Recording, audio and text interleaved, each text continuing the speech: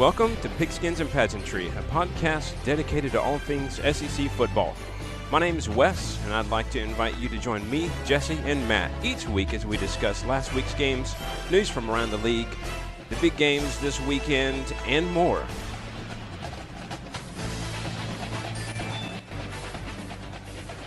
And what's up, everybody? It's Wes.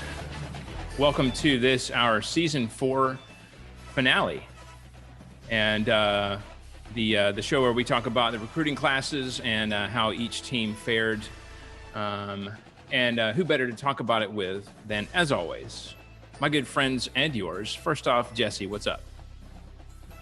You know, I'm excited to talk about recruiting. It's been a good year for Alabama. I hope it's going to be a good year next year. And it'll be good to figure out what the competition's working with. Yeah. It's the rich get richer. Matt, what's going on, my friend? I would like to announce here on the podcast, this is a Pigskins and Pageantry exclusive, that I'm officially transferring my fanship to literally any other team. Please respect my decision. At this time, I won't be taking any questions. Wow. Okay. So you've heard it here. Come to Bama. I'm totally kidding, but yeah, it's yeah, we'll talk about it. We'll definitely talk about it. So the rumors were that Matt had entered the transfer portal, but he's appered to have rescinded that and is now still pulling for the University of Tennessee. I hear you. At the moment. We'll see how things go over the next couple of years. Right. Oh, if I'm still here, I'm not going anywhere. I mean, where am I going to go? I'm gonna start pulling for Kentucky. Nah, I bump that. They may not run, but I feel like I'm wearing like the colors, but I'm not. It's not quickly walk. Yeah. So there's been so much that's happened that we haven't even had a chance to talk about it. And we're not going to get a chance to go through it all in this show because it's going to be so geared to the recruiting. But yeah, a lot of interesting stuff going on and will be going on, and I'm sure we'll be posting about it on the social medias as well. Also, sure. Yeah, exactly. So let's go ahead and get to the recruiting, which is our news for the week. Here's the news. All right, so talking about 2021 recruiting classes, obviously National Signing Day was a couple of weeks ago. We've all of us have been rather busy, and we are able now to sit down and discuss the 2021 class. But we'll just go ahead and start from the top, and it should come as no surprise because they've been really killing it on the class this year. Number 1 is Alabama. Bring your barf bag, Mac. And then number 3, Georgia. Number 6, LSU. Number 7, Texas A&M. Number 10, Florida. Number 17, Ole Miss. Number 19, Tennessee. Number 21, Arkansas. Number 28, Auburn. Number 32, Mizzou. Number 34, Mississippi State. Number 39, Kentucky. Number 57, Vanderbilt. And then not ranked this year, South Carolina. So we've been doing recruiting. They're below classes. Vandy. Vandy literally lost everything. And We've been talking about recruiting classes on this show for 4 seasons now, and we have never had a team that has been not ranked. That's bad. That's so bad. So South Carolina got a lot of work to do. So as I scroll down here, what is y'all doing? I know, right? And by the way, I should go ahead and say this before we go any further. All these are based on ESPN, their rankings. And so obviously, if you look at the different rankings, you may see different numbers, but this is according to them. And then you guys can see the little graphic that I copied and pasted there, the Alabama and the rest of the SEC as far as the number of ESPN 300 recruits. It's obscene. Carolina. It's ridiculous. Carolina has 0. When you look at the bar for Bama, it's like Bama, everybody else. Right. And then Carolina's just not there. They're non-existent. So Carolina with a big fat Vandy got one. I know, right? One. Even Vandy got so one. Bad. That's Vandy's a hard school, and even one kid was like, I think I'll go to Vandy instead. In the middle of a pandemic and having to actually go to Vandy all at once, that kid still said yes. So things are really open in the state of South Carolina, and a kid was like, Well, who's really licking their chops is Clemson. I'm sure they benefited from that. So yeah, in-state prospects anyway. So let's go ahead and get to it, and we will start from the bottom, starting with our unranked South Carolina. As you recall, Shane Beamer is now the head coach of South Carolina. And I'm just going to go through each one of these and summarize their classes, and then we're going to kind of give our reactions to them. They have 13 commits, 0 ESPN 300 commits. 12 of their commits are 3 stars, and they have 1 not ranked who's a JUCO transfer. Their top recruit is TJ Sanders, who is the number 72 defensive end out of Marion, South Carolina. And so he is their top recruit. Obviously, a lot of work to be done for Shane Beamer, first time head coach, right? He hasn't head coached anywhere, right? He's had a lot of assistant gigs, I believe. But anyway, so a lot of work cut out for him. Matt, I'd like to start with you first. We'll talk about South Carolina. I mean, what do you do with this? If you're an incoming coach and you have this kind of class, how do you spin it in a good way? Well, I think the thing you have to kind of focus in on is you have to let people know that, hey, this is a baseline. This is where we're starting off. You know, Carolina finished 2-8 last season. Not very good in the bottom of the SEC East, although I can't say anything as a Tennessee fan. But anyway, still down there and had a pretty rough 2020 campaign. So I think if you're the new coach coming in, you got to start this kind of say, hey, we got to build for the future. We're going to have to get better and start getting more kids. But even if you can't land one of those top 300, that's bad. And if you're not ranked, that's still not a very good look. The optics, to use a business term, the optics on that situation are really, really rough. And I'm kind of curious if that's going to bleed into, the 2022 class, the 2023 class, and so on and so forth. And it's going to be interesting to see what happens with Beamer coming in, because, Beamer has a little bit of a pedigree with who his dad was. He's had some success. He was at Carolina a while back, so he has something to build on. But it's going to be interesting to see what exactly he's going to be able to pull off as far as who he's going to get to come to Carolina. Getting a decent defensive end is good, but you got to have them playmakers too. You can't win things on defense. We know that in the SEC, especially now. Jesse, as a incoming head coach, I guess it's very important to set expectations. So with a bar this low, there's nowhere to go but up, right? There's nowhere to go but up. If I were him, I'm calling the athletic department. I'm calling the facilities team, and I'm going to see if we can start serving beer at the game. If we don't, to try to get people in the seats, rally behind the team. No, but in all seriousness, yeah, you can't go anywhere but up. But it's really hard to recruit. You're putting yourself in a hole, and it's not like he got hired yesterday. Like, he was hired mid-season-ish, so he had some time to get his own recruiting class. So you can't blame that. Like, yes, the program was in the dumps when he got it, but you still have to recruit well, because you're not going to help yourself out by not recruiting well at all. So this is tough for Carolina. I venture to say the season is not going to look much better than it did this past year, unless they can start maybe scheduling some cupcakes out of conference, but we don't know what this 2021 season is going to look like. So things are very uncertain there. And the first step is to start building some culture, build some trust with the guys you have, and build a staff around you that is going to buy in as well, and hopefully foster the talent you have, because people aren't coming right now. And if you don't do well this season, they're not going to come next season. So it's they're on some shaky ground, but I think they know that. Yeah. And to give us, sorry, Wes, just to give us a little bit more perspective too, I pulled up 247 Sports to get an idea of what that recruiting looked like. So last year, according to 247 Sports, they were ranked 19th in the nation. This year, they're 78th, according to 247 Sports. And there's only like 115 teams in the entire country. Yeah. Or in FBS anyway. And it's not looking good for next year either, because according to what 247's recruiting is saying here, they're looking at 52nd next year. So it's not a good look. Well, if you look at to your point, looking at the past several seasons, South Carolina in 2018, they were number 18. In 2019, they were number 17. In 2020, they were number 20.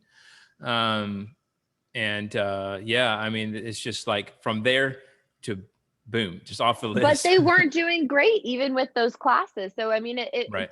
the question is then, was the coaching staff and the culture just that bad at Carolina that they didn't foster the talent that they had recruited? Or I mean, that's really the only question. That's just I think it. that was a lot of it, yeah. And you know why obviously Muschamp's not there anymore. So you know, they're gonna he's back at Georgia. yeah. Hey, I'll take him as a coordinator. That's fine. He's a good coordinator. He's a good coordinator. He's just not a good head coach. Yeah. So we'll see. They're gonna have to overperform this year, big time, I think, in order to see that improve next year. Next, we have the number 57 ranked class at Vanderbilt. Another new head coach, Clark Lee, coming home to Vanderbilt. So they have 25 commits. They do have 1 4-star, which is their lone ESPN 300 commit. That is the number 11 defensive tackle, Marcus Bradley. The rest of the recruits are all 3-stars. So we'll see. There's a lot of potential there. I mean, in terms of you know, the talent that they are seeing, you know, at Vanderbilt. Like we said, they got a lone 300 ESPN 300 candidate. So I mean, you know, kudos to them. And then, you know, I was looking at the quarterback situation, and it looks like Ken Seals. I thought he showed promise last year. I expect him to be back and probably be doing even better this year. And he did decent last year with basically no ensemble around him, you know, to speak of, because they had lost a lot of their talent to the draft the year prior. So so it'd be interesting to see what they do. Jesse, do you have any expectations for this team in first year at Vandy head coach Clark Lee? I mean, they're not going to do worse than they did this past season. So again, it's one of those situations where, ouch. But that's the truth. I mean, didn't they lose every single game? I think so. Yeah, I believe they did. So Yeah, they literally lost everything. Yeah. So 0-9 on the season.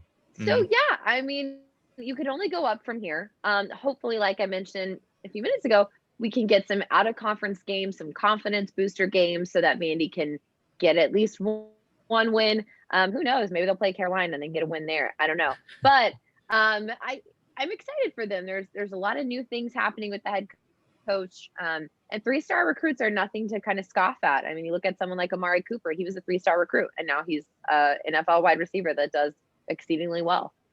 Yep. So got to develop. Hopefully things go well at Vandy. Again, you got to develop your players. You got to focus on that talent and foster it. So we'll see, but you still got to go to school at Vandy. That's not easy. That's true. Yeah. Matt, what can Clark Lee do that maybe Derek Mason couldn't? Man, listen, Derek Mason, I feel like, did everything he could at Vanderbilt, and I honestly don't know what else he could have done to make that play. Vanderbilt's in a really tough spot because of the academic requirements they put on their kids.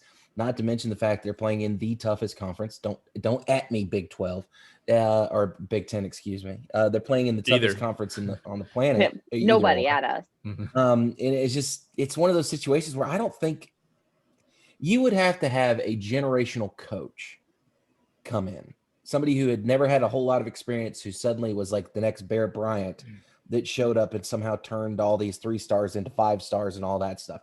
We currently have him. I don't think there's another one available. Stop. I don't want to talk about that guy. So the thing is I don't think maybe Clark Lee's that guy, but I doubt it. I don't see how you can turn Vanderbilt into a winner, just given the situation that they're in. Now, if you took Vanderbilt and stuck them in the MAC, they'd probably win that conference every year. Yeah. But that's not the case here. The only thing I can think of is that Clark Lee he's a Vandy guy. Like he's literally coming home. And the only thing I can think of is that he knows the area. Perhaps he can recruit well in that regard. Obviously, he knows the ins and outs of the area and stuff. He can really advertise that area to the kids. I mean, that's the only thing that I can think of that he might be able to do better. Because Derek Mason, I mean, if they're not was playing up being in Nashville, like play up being in Nashville.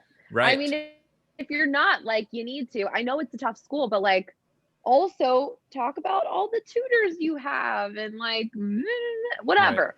And I don't want anyone to like think that we're not saying that athletes are not smart. That's not what we're saying at all. There are tons of them that are intelligent. Like, yes, we're not saying that. We're just saying it is hard to be a full-time, essentially a full-time job at your school as an athlete and take all of the academics that they have to have at Vanderbilt. So no one is saying, don't add us, that athletes are not smart. That's not it. There's a lot of adding going on this episode. I know. I don't want to get added. Yeah. So we'll see. I agree with you. Nashville's a great place. I've only been there once, but I loved it. I would love to go back. So should be a good draw for them. All right, let's move to number 39, Kentucky. They had 20 commits. They had 3 ESPN 300 commits. That's 14 3 stars, 4 stars. Their 3 ESPN 300 commits are Jager. I don't know if that's Jagger. I don't know. Burton. By the way, I'm going to butcher so many of these names tonight. So feel free. We're doing our best here. Feel free to laugh at me. It's cool. I'm okay with it. So Mr. Burton is the number 10 offensive guard. We've got Deckel Crowdus Jr., the number 39 wide receiver, and then Trevin Wallace, the number 5 inside linebacker. So looking at the QB situation, because as you recall, Terry Wilson entered the transfer portal and left Kentucky. So they needed to kind of shore that up. So they just added a grad transfer from Penn State, Will Levis. The new Kentucky offensive coordinator, Liam Cohen, went after him when he entered the transfer portal. So that was a victory for them. And then they also added another quarterback in this class with 3-star Kaya Sharon. Again, apologize if I mispronounced that, but that is he is the number 71 rated pocket passing quarterback. So they've got some choices there at quarterback. So interesting to see how that goes. Matt, what are your reactions to this, a number 39 ranked class from Kentucky? Well, Kentucky's 2020 campaign wasn't terribly great. They finished 5-6 on the season, so not stellar. A little bit of a step back compared to the season before. Remember, that season that was the high. Yeah. I would almost say the high watermark of Kentucky football. Hopeful season, at least in the last 25 years. I mean, they had a really recent good memory, season. Yeah. And I feel like they've taken a little bit of a step back here. I keep going back to 247 Sports because they're also a decent source when you're looking at recruiting things. Last year, 247 had them ranked 25th in the nation. This year, they've fallen back to 33rd. They're projected next year to be 49th. So that's not tracking the way you want it to go. And I was looking at a couple of the kids that they've managed to sign, and the name that kind of popped out at me was Wandel Robinson, who's a wide receiver transfer out of Nebraska, is rated at a 95 on a 4-star out of Nebraska for them. So we may see him in the fall. We might see his name get thrown around, especially with the way that Kentucky likes to run their offense. So it'll be interesting to see what they are able to do there. That quarterback situation with Terry Wilson leaving is going to also be very interesting. So a lot of question marks for Kentucky on the offensive side of the ball. Right. Jesse, you have any reactions to this class? Yeah, I mean, I think grad transfers are a great option in general, but especially when you're looking for a quarterback and you're someone like a Kentucky that didn't necessarily perform really well this past season. You're not going to be able to recruit that stellar quarterback out of high school. So you go to the transfer portal. A lot of times they go to JUCOs. And this time Penn State, that's a big school. They've had some recent success in the Big Ten in the past couple of years. Not so much right now. Last season wasn't as great, but in recent years, in the past 5 years or so, they've had some success with James Franklin as the coach. So yeah, I think, getting someone from another Power 5 conference as a quarterback is hopefully a step in the right direction. Terry Wilson, I believe, was a transfer. So maybe we're starting to see in Kentucky a pattern similar to Auburn, where you just kind of pick up other quarterbacks instead of recruiting at high school. Stop that. Yeah, I mean, just nice to Auburn. Talking about it's not untrue. I've been through a lot. Some of it's self-inflicted, whatever. The quarterback situation there. I mean, for me, it's really interesting because no offense to Terry Wilson or Lynn Bowden or any of the guys that we've seen there the past several years, but the inconsistency at the quarterback position, I think, has really hurt them. So if they could really get, anyone to step in and just be that kind of rock at quarterback and have just a consistent performance, and not make a great play here and then a bonehead play the next. I mean, if they have something like that, I mean, I think Stoops is a great coach, and I think Kentucky could be on their way to doing good things again. We'll see. Their quarterbacks have just felt like they've been like plugging holes like in their boat every year. It's just like, oh no, pop in a cork. We'll just get through the season. We'll just get through it. And that's just not how you build a program. Unfortunately, like, of course, the quarterback's not the entire team, but they're a pretty darn important part that you need to have locked down. And you need to have somebody that can either game manage or really sling it. And unfortunately, they haven't had either of those in the past couple seasons. And one of those I mentioned, Lynn Bowden, they pulled him out of the wide receivers room, said, "Hey man, play quarterback for us." So no, that was rough. Yeah. So, all right, let's go to the number 34 class. That's Mississippi State, and they have 22 commits, 3 of which are ESPN 300 commits. They have 17 3-stars, 4 4-stars. Their 3 ESPN 300 commits are Antonio Harmon, who's the number 6 tight end, H, which, just a refresher, the H refers to tight ends who are the more versatile flex type. And then the Y tight ends are more conventional tight ends. So that's a good addition with him. And then Theodore Knox, the number 19 athlete. And then Sawyer Robertson, who's the number 11 ranked pocket passing quarterback. So, Mike Leach obviously trying to develop that air raid offense. He's going to need plenty of arms to choose from, I think, if last year taught us anything. So Knox and Robertson are both from Texas, and Robertson, the quarterback, he actually turned down an offer from Texas. So that's a big win for them. He must have really liked what Mike Leach was selling. He must have. Who knows? Which is good, though. Yeah. Considering all the kind of turmoil in the locker room that Leach had and people wanting to leave and not gelling with him, he needs somebody to buy in, especially at the quarterback position. Well, here's the thing with Leach is that I think obviously he came in and a lot of those guys were not his guys. And just the way he is, you really just have to think like him, which there's not many people like that. It's a very specialized kind of player that's going to be attracted to his football team. So I think you'll see more, a better locker room atmosphere. Turning down hanging out with Matthew McConaughey to go hang out with Mike Leach is definitely a mood. That's like 2 different versions of cool, though. One is just a weird cool. Well, they're both weird, but you know what I mean. They're both really weird. It's just different ends of the weird spectrum. You've got all right, and then you've got like Blackbeard the pirate. So it's just different ends of the spectrum. You got to choose your weird, and he chose his weird. Let's see. So again, going back to the air raid, a few of their top wide receiver prospects, unfortunately, ended up flipping to other schools such as LSU and Ole Miss.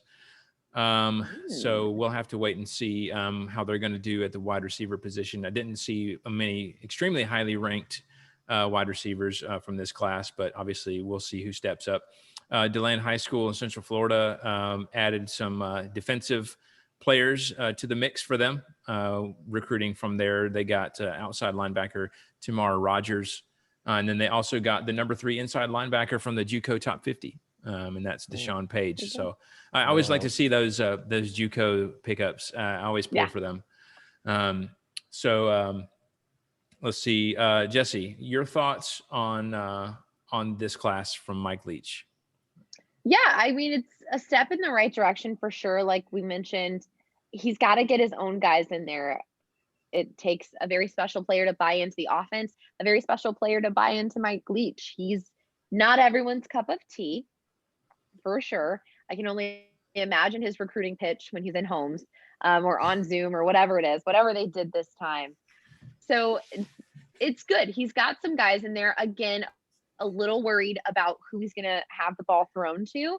It's great to have that kind of flex tight end that can act as that, but he's going to need to boost his wide receiving core. So we'll see. We'll see what happens there, but it does show if he's pulling people out of Florida, especially kind of that area of Florida around Daytona. It's a great recruiting area. So to be able to pull some recruits from there is fantastic. And yeah, like you said, dipping into that JUCO bubble is great. There's a lot of good talent there if you can find it. So yeah, I see we'll him see what happens. Visiting somebody's house and them giving him, like a cup of coffee. Here's your coffee, coach. And he does that thing at his press conference where he just sat there going for like a solid minute. And he's just like, what are you doing? All right. So it's just, that's like how I picture it. Awkward silence. He would just like start talking. He'd see something and be like, oh, well, you know, that quilt actually started on ships from England. And he would just like go off and you'd be like, Coach, you've been here 3 hours. I just want to know if I have an offer. I just, what is it, full scholarship? Is it like a partial? Am I going to have to walk on? Like, what are we? And he'd be like, oh, right. Like, exactly. Let's get back to the matter at hand. Yeah, exactly. That's what I think would happen. But maybe I'm wrong. Maybe he's just like a brass tack guy. I don't know. I'm sure he'd probably work in a Custer's Last Stand reference somewhere or something like that. So absolutely, Battle of Thermopylae or something. That's right. Matt, what you got on this one?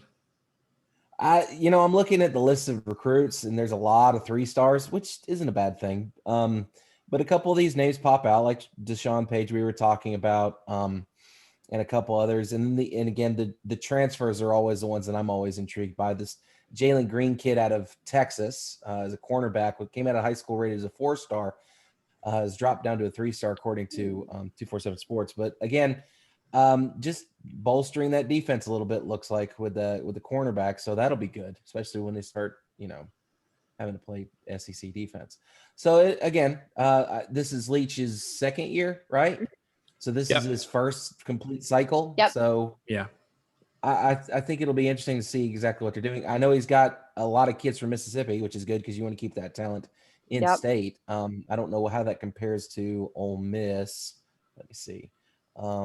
They signed more kids in Mississippi than Ole Miss did. So yeah, that's got to be worth something. Mm-hmm. Yep. Okay, so let's go ahead and get to the number 32 class, and that was Mizzou. They had 25. Oh, that's your favorite. I know, Coach Drinky. They had 25 commits, 2 ESPN 300 commits, 19 3-stars and 3 4-stars. They did have 2 from the JUCO top 50, so drawing from that again. Their top recruits are Daniel Robledo, the number 2 defensive end from JUCO, and then Damian Wilson, the number 11 inside linebacker, and Jadarius Perkins, number 2 cornerback in JUCO. So that's definitely interesting. And then they have Travion Ford, the number 16 defensive end from in-state. So as you mentioned earlier, the in-state talent, very important to keep that home. They also were able to keep offensive tackle Connor Tollison home. I'm sure they're very happy about that. And then the state of Texas is always important for Mizzou. And from there, they had 2 3-star prospects, cornerback Darius Jackson and defensive end Jonathan Jones. Both of them had Big 12 offers, but chose to go to Mizzou. So, and then finally, the ESPN 300 inside linebacker, Damian Wilson, he was a big win out of North Carolina in late June. So, it's just, kind of, as I glance at this class, it's not like, boom, this is amazing. But I felt like for Mizzou, they did a lot of things that they needed to do. Were able to get a lot of talent that they needed to get in order to kind of maintain that. Keeping talent home and even reaching into other states, which you wouldn't necessarily expect from Mizzou. So, Matt, let's start with you this time. What are your thoughts on Coach Drinky's class? Big emphasis on defense, because looking at the breakdown here, 15 of their signees are defensive players. So 7 defensive linemen, 2 linebackers, 6 defensive backs. So maybe Coach Drinky is anyway. Apparently putting an emphasis on defense, which I don't recall their defense being lights out last year to begin with. So it'll be interesting to see how they're able to develop that over the next couple of years. Although I seem to remember their defense was pretty competitive most of the year. It was fine. So Yeah. they're probably building up for the next couple of years. So Yeah. One guy that pops off the page at me when I'm looking at the list of these people, there's a defensive tackle out of Independence Community College. His name's Realist George. And if you get a chance, you should look, because homeboy looks like he's 40. He really does. His name is like Realist. His picture, Like, Realist, real with US at the end. Like go on 247 Sports and like look up his first things profile. first, I'm the Realist. He looks like he's 40. He looks like he should be an assistant coach. And I shouldn't be making fun of the kid, but it's still funny to me. You know, I'm like that. Well, so Connor Bazelak, obviously he's still there, and I honestly thought he looked pretty good down the stretch last year.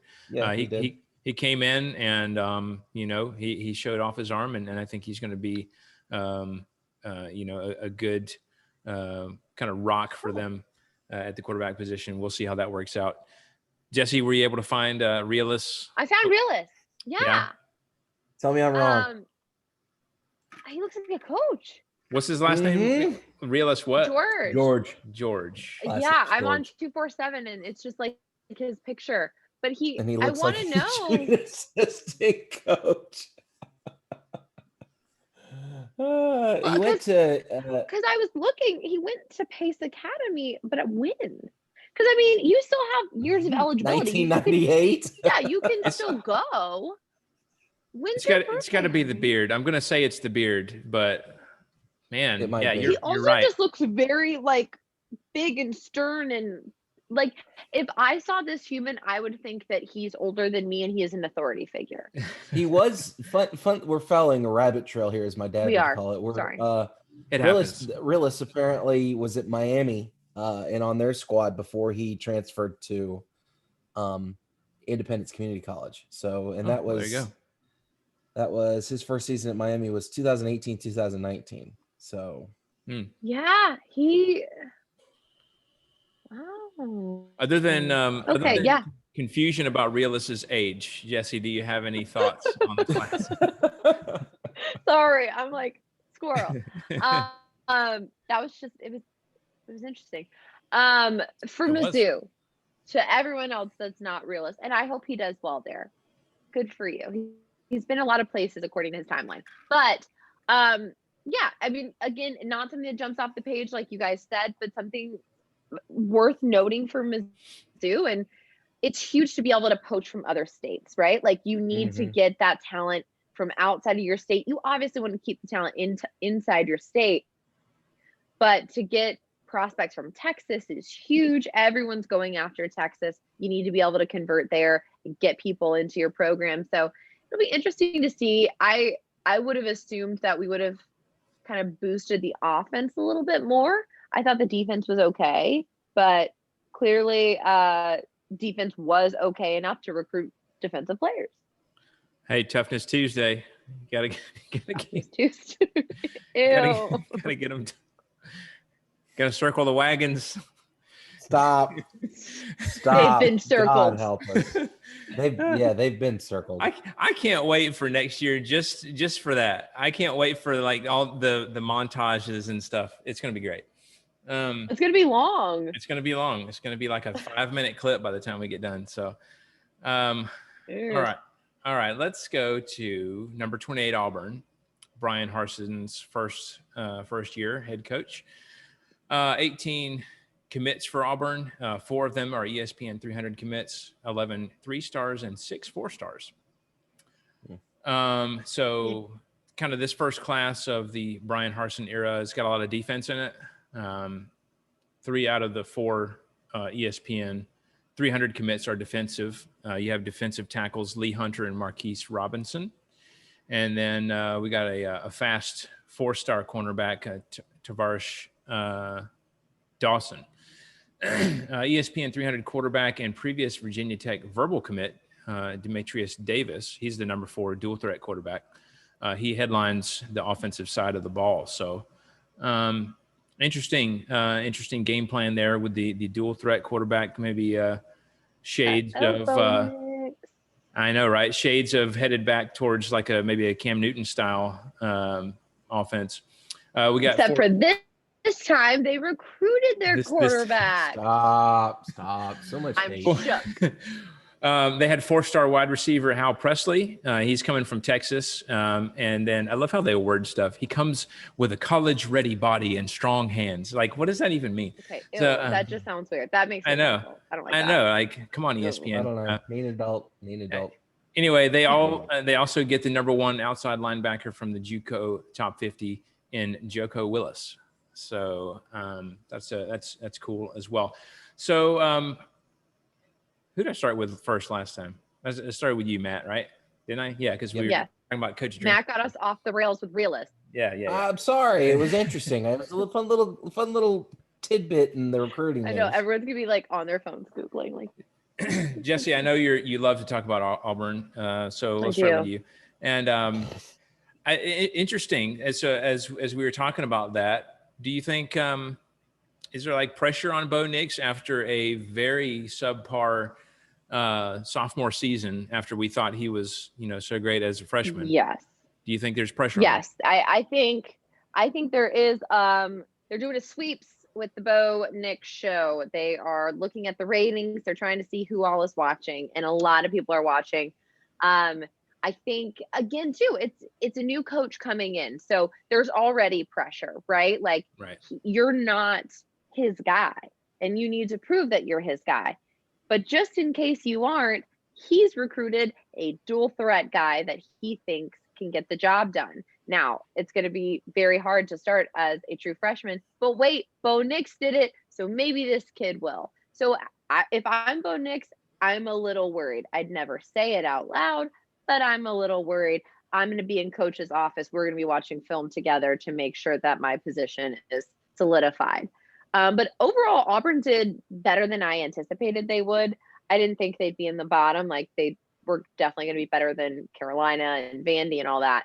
But just given their very shaky season and just how things were left, and I don't know, maybe it's just the Bama fan in me, but I didn't anticipate them getting as many 4 stars as they did. So I think that's good. But again, I think all of that is just all the eyes are on the quarterback right now. There was so much hype around Bo Nix, and it's like you mentioned, maybe that kid is a kind of a Cam Newton style. So we'll see. Bo Nix, start practicing. Would you guys consider Bo Nix a dual threat? I mean, I know a lot of times his first instinct is kind of to run, and we even talked about that this year.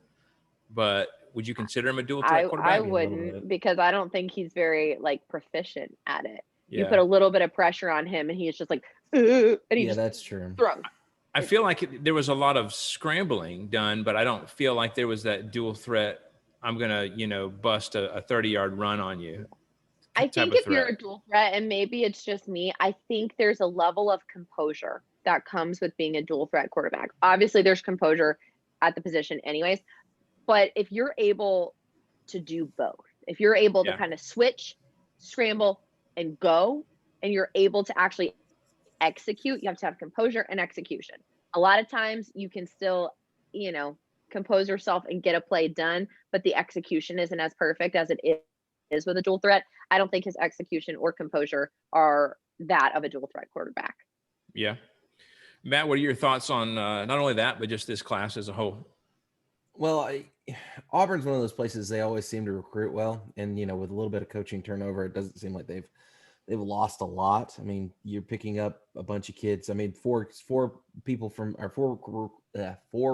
from Alabama, 4 from Alabama, 3 from Texas. So they're poaching the right states. I am kind of interested about this Demetrius Davis kid, because I'm just was looking at a couple of different things. Apparently, he's got 3 state championships from when he was in high school. Whoa. Very good very good passing production, according to what I'm reading. Solid rushing numbers. Apparently the kid's a player. So if he can stay healthy, if he can make good decisions, if he can develop, then maybe he can be the starter sooner rather than later. But a lot of that's going to have to do with Harsin and how well he develops him.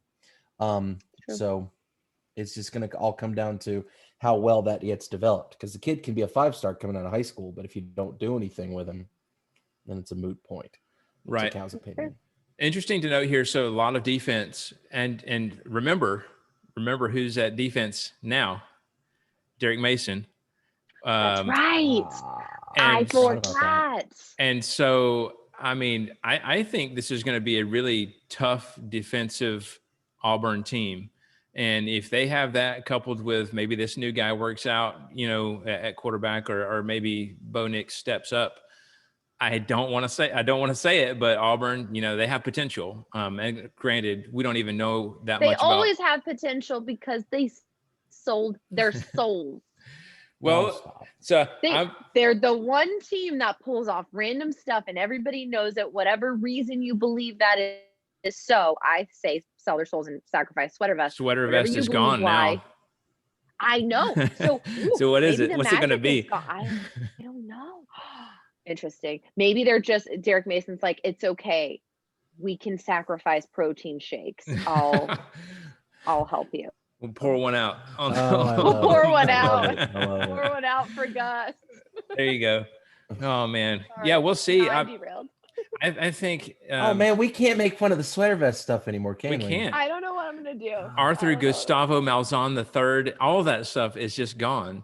Well, we can still make fun of it when he's playing for the national championship at Central Florida next year. I loved that it'll that fun. meme. Ironically, this is Gus's fault. This is Gus's fault. Accurate. True. All right, let's get to the number 21 ranked class. So that was Arkansas. Yes, sir. And I've been waiting to do that. I would think there's something wrong if you didn't do that. So we had 23 commits for them, 2 ESPN 300 commits, 18 3-stars, 4 4-stars. They were really keying in on the state of Oklahoma in this one in the 2021 class. They had ESPN 300 athlete AJ Green, who is projected to contribute on offense. And then they had 4-star running back Javion Hunt and 3-star wide receiver Bryce Stevens, all jumping on board from Oklahoma, the state of Oklahoma. So Lincoln Riley must not be too happy. Probably not. So ESPN 300 wide receiver Katron Jackson was a huge one out of Texas over the Longhorns. And then another 4-star. Everybody poaching from Texas. I know. Of course, it's biggest state. I know. They had a little bit of turnover too with their state because remember they fired Herman. That probably didn't help. Right. Another 4-star in the class is another Lone Star State quarterback Lucas Coley. He's the number 9 ranked defensive. Dual threat quarterback. I saw DT. My brain said defensive tackle. So that's going to be interesting to watch. I know KJ Jefferson looked to be the one to take over at quarterback after Felipe Franks left after last year, but who knows? This guy Coley, he may work out as well. Matt, let's start with you first this time. The yes sir. I'm sure he was saying that a lot when he was pulling in some of these recruits. What do you think about it? Oh, I'm sure. Well, Sam Pittman we know can recruit because he did it at Georgia. And looking at what he's pulled away from, Oklahoma, Texas, and a couple of people from Georgia, looks to be a pretty solid group. Big emphasis on wide receivers, apparently, because 4 of them, that seems a bit excessive for a single signing class, at least to me anyway. And again, it looks like they've got some solid players here. But again, it's all going to come down to how they develop. And we know that Pittman last year impressed all of us. It's going to be one of those situations where we hope he can do it again. I know I'm personally pulling for Arkansas because Arkansas looking good would be interesting. Because remember, we when Pittman got hired, we were like, you hired a position coach with no head coach experience, no coordinator experience. Okay, let's see how this works. And they didn't have a stellar year. But they still were competitive and they looked good. Looked better than Tennessee. It was a heck of a lot better than they have been. Yeah. Yes, absolutely. So yeah, I think they Razorback fans have something to be excited about, building for the future here. Oh, I agree. Jesse, what do you think? Comparison is the thief of joy. But when you compare to where you were in the past and you're only comparing, it's some self-reflection. Yes, they're trajecting up, and hopefully they continue to. Now she's a philosophizer. I am. But no, that's great, especially just where they are location-wise, situated in the United States. They're in a hotbed, in Oklahoma, Arkansas itself, and then in Texas. So and I think in the past couple of years when they've been really terrible, that good talent has gone to Oklahoma. It's gone to Texas. And so now that they're able to start swaying those recruits back where they need to be and start getting those kids from their home state, that's huge. And that's a good trend that needs to continue. Now, they were not by any means where they needed to be last year as far as being competitive with the entire conference, but they're getting there. And I think adding a dual threat quarterback, somebody that could maybe, if Jefferson doesn't pan out, or maybe just beat Jefferson in general, that's a good place to start. I do agree, wide receivers seems a little heavy, but maybe he sees something in the locker room that we don't. Maybe. Yeah. Well, I was really impressed with them last year. Despite, their record, which wasn't stellar, it wasn't bad, like we said. And they were one of those teams. Vanderbilt. They were one of those teams that got one stolen from them by Auburn. Don't forget that. So it could have been even better. Forgotten about that. So Pour one out. Or rather, I shouldn't say Auburn stole it. It was the circumstances, but it just was against Auburn. But you know what I mean. Yeah. Anyway, all right. Of course it was. It always is for everyone. Again, sweater vest is gone, though. We'll see what happens. So, number 19, Tennessee. Josh Heupel's first season at Tennessee. 22 commits for them, 6 of which are ESPN 300 commits. They had 9 3-stars and 11 4-stars. It was interesting because I was following this cycle, and it looked like it was probably going to be one of the best in Knoxville for a while. I think, weren't they like number 3 at one point? I know ESPN had them tagged at like number 3 back in August. I think they were up there, and then the wheels fell off. But obviously, tons of stuff has happened, and then things kind of got turned upside down with another head coaching change. But still, number 19, not too shabby. They got a big win out of Alabama in ESPN 300 pass rusher Dylan Brooks, the number 5 defensive end. Obviously, Tennessee is going to want to recruit out of Georgia as well, and they did that with ESPN 300 wide receiver Julian Nixon. He was the number 30 wide receiver. And then also with ESPN 300 running back Cody Brown, he was the number 12 running back.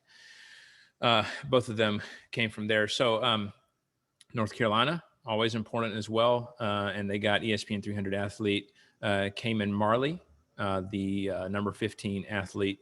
And he's one of the most versatile prospects in the class, apparently. So the key in-state athletes that they were able to keep home included 4-star wide receiver Walker Merrill, the number 56 wide receiver, and the 4-star William Parker, number 21 offensive guard. So, Matt, let's start with you first.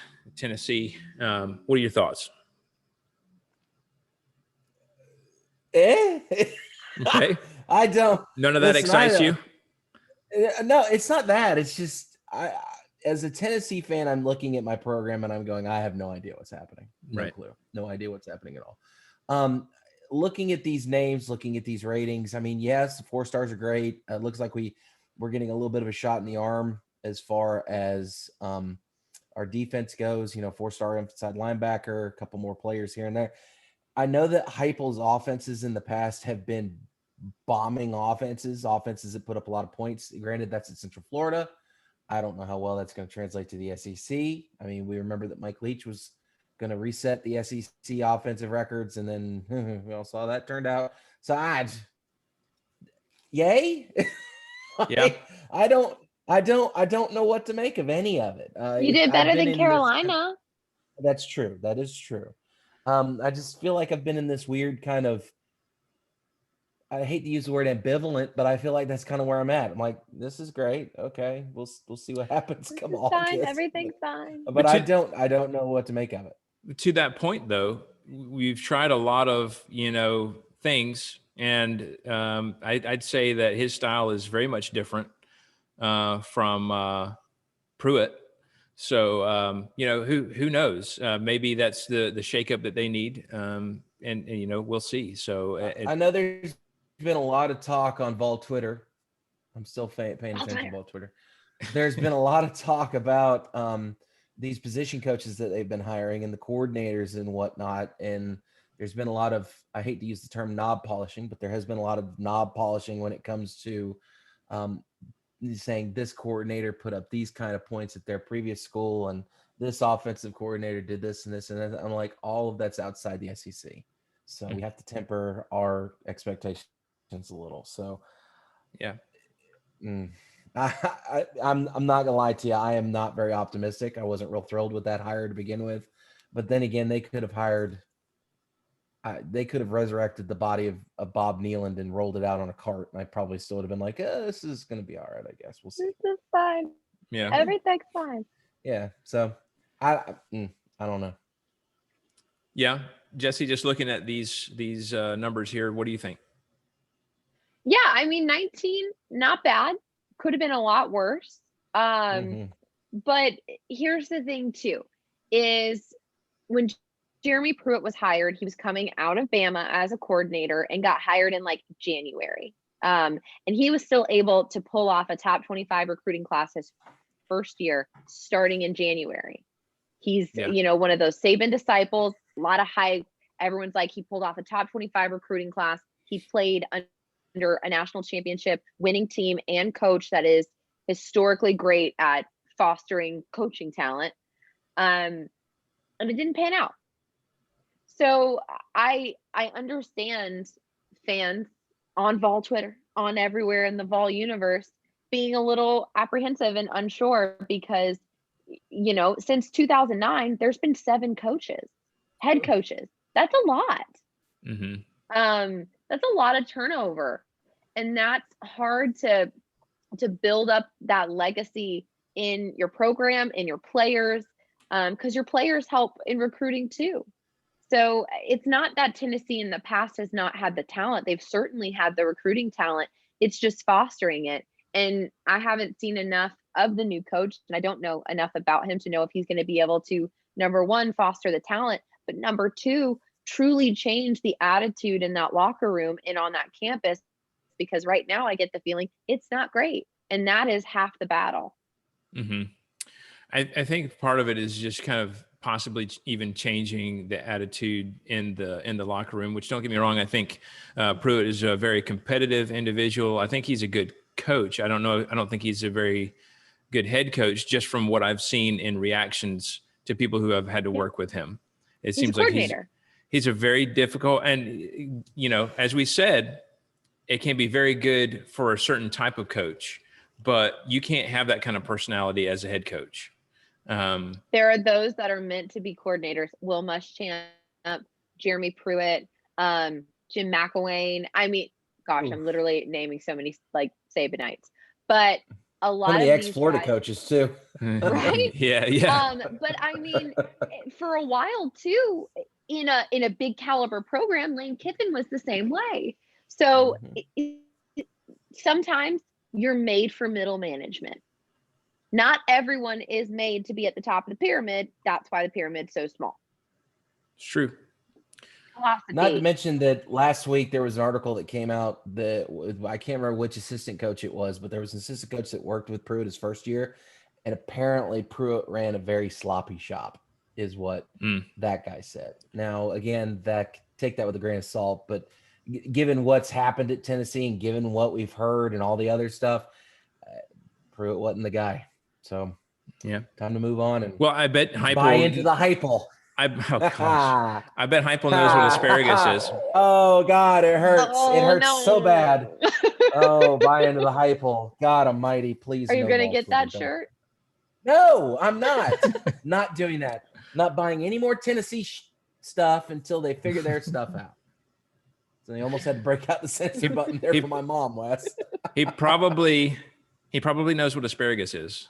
So that's a good step. Well, my God, I would hope so. That was you. That was the first red flag. That was so endearing when it happened. I was like, oh, he's so quaint. He's just folksy. And I look back and go, no, he was a moron. God help us. All right, let's get out of there. Let's go to the number 17 class in Ole Miss, and that was they had 25 commits. They had 7 ESPN 300 commits, 16 3-stars, 9 4-stars. Lane Kiffin has them moving up, trending up, and especially after the flip of ESPN 300 quarterback Luke Altmaier, the number 18 pocket passing quarterback from Florida State. So that was a good flip for him. And then also beating out Miami for ESPN 300 wide receiver Braylon Brown, number 26 wide receiver. And then also winning out for ESPN 300 safeties, Tysheem Johnson, number 17 safety, and Dink Jackson, number 15 safety. So putting together some defense there too, and not just offense as we would expect with Kiffin. So February 3rd signing of ESPN 300 prospect Taiwan Malone, the number 5 defensive tackle. That rhymes so well. I know, right? That brings an immediate impact defensive tackle to Oxford. And then they had 4-star tight end Hudson Wolf. He's the number 5 tight end Y. He was a huge flip from Tennessee. So same can be said for 4-star wide receiver Brandon Buckhalter, the number 64 wide receiver. Who at one time was committed to Mississippi State verbally. And then we had ESPN 300 wide receiver J.J. Henry, the number 45 wide receiver out of Texas, will be a weapon in the slot. So we had JUCO top 50 defensive tackles, Isaiah Eiton and Jamond Gordon. So they will also add depth. So really, to me, just a very much as speaking of the word depth, a lot of depth to this class. Mm-hmm. We had a lot of offensive needs filled. I mean, you got quarterback, tight end, wide receiver. You got defense, top safeties in the country headed to Ole Miss. Jesse, what do you think? I mean, we said that Kiffin was putting together something special out there, but then also if they could put some defense together, that would be huge for them. Lane Kiffin is a hell of a recruiter. It doesn't matter where he is. You can look at his past, and he's great at recruiting. If you're an offensive player, first of all, you want to play because he calls some stuff that most coaches probably won't call. And he runs a very good, explosive offense. You saw it this past year with Ole Miss. You saw the way he trusted his quarterback. He left him in there, let him do his thing. If I'm a QB, yeah, of course. I want to go there. He also coached some national championship winning quarterbacks, some great programs. I want to go learn from an offensive mind. He's definitely geared to be an offensive coach. That's huge. It makes perfect sense why you have the offense there. I think on the other side, their defense was terrible, but that can also be used as a recruiting tool. You go in as an offensive mind. You say, hey, I'm building up this offense. We're going to put tons of points on the board. We're going to make sure we're out there. You're not going to get too tired, but I have so many positions open. I need so much talent. You're going to start. Hey, freshman, come start for an SEC program, a historic SEC program, and one that is known for a massive tailgating scene that the fans are going to rally around. It's very easy, oddly enough, to recruit to Ole Miss because of the culture, the traditions, and just how it is on a Saturday there. Everybody wants to go. And also, I mean, this isn't even me trying to be funny, but if you're an 18-year-old boy and you follow Lane Kiffin on Twitter, you think he's hilarious and you probably want to play for him. You guys are like similar mindsets. I think he's funny. It is pretty funny. Yeah, but like it's like a similar mindset, right? You're like, oh, my coach is cool. He trolls people on Twitter. Yeah, you're 18. You want to go there. So it makes perfect sense to me. I think this is right where Ole Miss should be, would be, and I think they'll only trend up as long as they have more offensive success and they start to build up that defense. Yeah. Matt, what do you think about this class by Kiffin? just to reiterate the point, big emphasis on defense. They went out and got a bunch of new kids to play defense for them. So, and to be honest with you, Ole Miss's offense looked pretty good last year. I don't really think they need to do a whole lot to improve that upon that, but definitely the defense. If they can improve the defense, Ole Miss will be able to shock some people. And I think that the situation in Ole Miss is just like Jesse said. It's not super easy to recruit to Ole Miss, but it's a lot easier than it would be, say, Starkville or Vanderbilt or Arkansas or something along those lines. So they've got a little bit of a leg up over those mid-tier SEC teams. So I think Kiffin's going to take advantage of it. And let's be honest, the guy gets press. People love reading stories and seeing tweets and all the stuff about Lane Kiffin. He's built up a little cult of personality around himself, and I don't see how that's going to hurt on the recruiting trail. Yeah, I definitely see them only continuing to trend up. It would be cool to kind of see that rivalry continue to build up there to the point where perhaps the level surpasses even when Mullen and Freeze were coaching out there against each other. And those were some crazy times where both of them were inside the top 5 ranked at one point, I believe. That was fun to watch. Egg Bowl is actually like fun to watch at that point. Yeah. But I definitely think Ole Miss has the edge on that rivalry, and they're just going to continue to get better. So again, kind of scary, but we'll see. All right, number 10, Florida. We saw 26 commits to them, 11 of which were ESPN 300 commits. They had 5 3-stars and 16 4-stars. This is Mullen's 3rd consecutive top 10 class, and it's coming off back-to-back 10-win seasons and top 10 AP poll finishes. So, as well as the hiring of ace recruiter Tim Brewster, who apparently has been a big help in that regard. So, Brewster immediately addressed the need at tight end with ESPN 300's Gage Wilcox, who is the number 2 tight end Y, and then Nick Elksness, the number 3 tight end Y. So big tight end recruits there.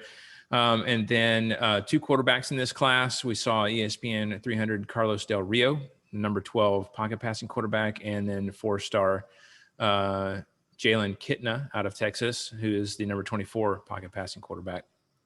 Obviously, Dan Mullen, also offensively minded. We're going to see a lot of that most likely.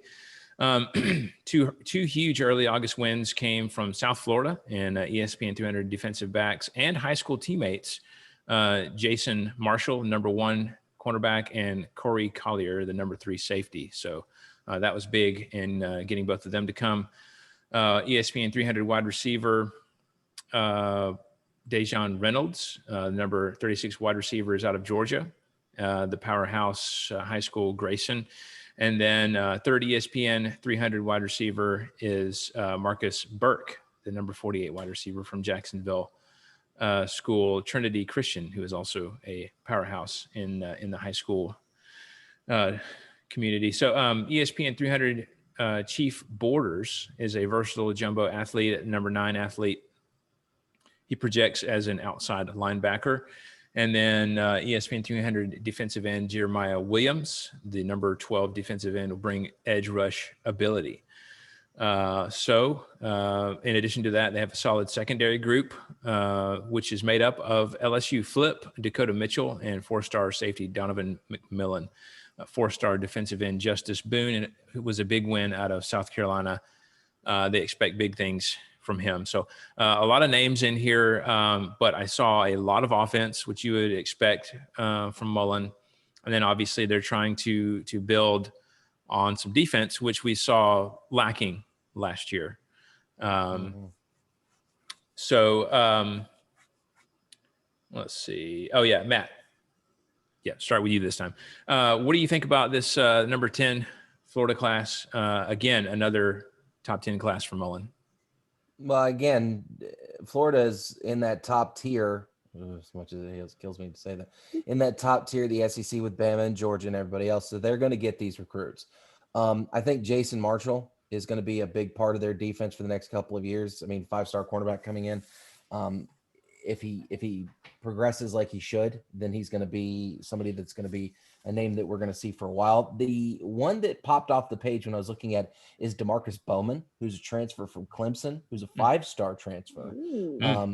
Yeah, so if he's able to get immediate eligibility, I'd imagine he'll be in the running back rotation very, very quickly. And I was trying to find if he had any stats, and I couldn't see anything on the page I'm looking at as far as what his stat line looked like while he was at Clemson. He probably didn't get a ton of looks, but I mean, he was the number 3 ranked running back in the nation when he signed with Clemson in 2019. So pretty solid running back, probably from the transfer portal there for Mullen in Florida. Yeah.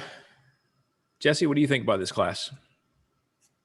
Yeah, Mullen is historically a good recruiter also. I mean, he made Mississippi State, like we said, very hard to recruit in Starkville, and he made them a top contender. So he's great at recruiting. His first year in Florida, we saw he did excellent there, building up his program. Again, Florida is easier to recruit to, but you still have to do it. So he's done well there. It makes perfect sense. He's recruiting a ton of offense because what will they do without the Kyles? Yeah. He doesn't have his Kyles. So he's got to replace those. You can't do much without your Kyles. Everybody knows that. Can't. So yeah, interesting there. But of course, building up that defense is huge because I think because that is something they were lacking. They were putting together the offense, well, for the most part, because they had their like aces, but they put together this offense, but the defense just couldn't get it done. And that's huge. He clearly took notes from this last season, is trying to bolster it up. So very interesting. I want to look. I haven't looked at Clemson's recruiting, to be honest with you, but interested to see how Clemson's going to do, knowing that they've had a couple transfers, and also that they're losing their precious Trevor. So that just sparked in my mind that this isn't an ACC podcast. I'm just interested. Yeah. Well, I know they were top 5 Clemson in the ranking this year, but yeah. What interesting. So you were talking about defense and how they were lackluster last year. I was a little surprised that Todd Grantham is still the defensive coordinator. Because if you guys recall all the heated discussions that they would have even on the field in front of everyone. Yeah. But who are they going to get? You know, like what? And I'm not as Jeremy Pruitt. That's fair. They could I think that'd be great. Even Dan Mullen was you know what? He got a job coming out of there. You can't. Don't touch that. There's just too much happening. So I mean, someone who they've got. As someone who's watched Todd Grantham, who has watched Todd Grantham coach for their favorite team, he is not the answer. Like I said, the guy's got a lot of passion. He's going to get your guys pumped up. There's no doubt about that. But they may not know where they're supposed to be on the field. So that's my 2 cents on him. I just don't think he's ever going to be a consistently successful defensive coordinator at a high level. So maybe he convinced him that he just needed one more year to get his guys in there, and this was going to be the year. Maybe. I don't know. But I also, like I said, I don't know who else they would have gotten. I also think he's got a screw loose too. He's kind of scary. So maybe he just intimidated his way into. So is Dan Mullen. Crazy attracts crazy. Two kinds of crazies there. Yeah, for sure. Dan Mullen. Yeah. All right, let's talk about the number 7 class, Texas A&M. They had 24 commits, 12 of which were ESPN 300 commits. 7 3-stars, 16 4-stars, and 1 5-star, according to ESPN's rankings. They continue to ascend the recruiting trail under Jimbo Fisher. Jesse, I know you love hearing that.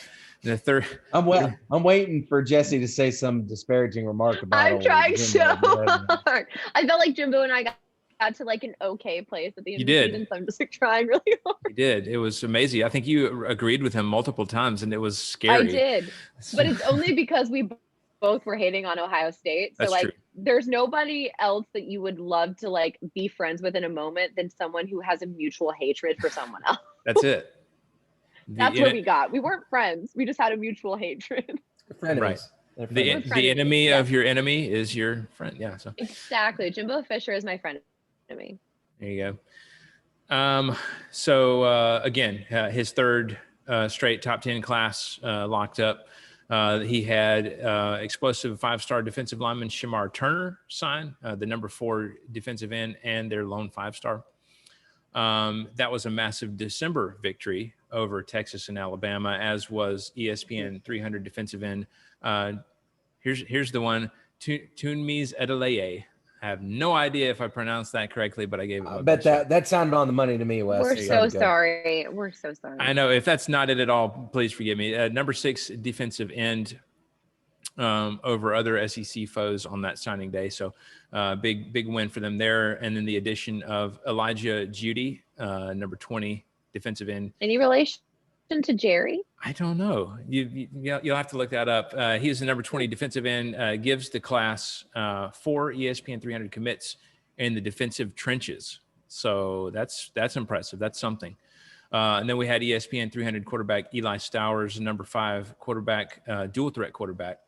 He's an elite player who apparently has jumped 6 feet 10 inches on the high jump.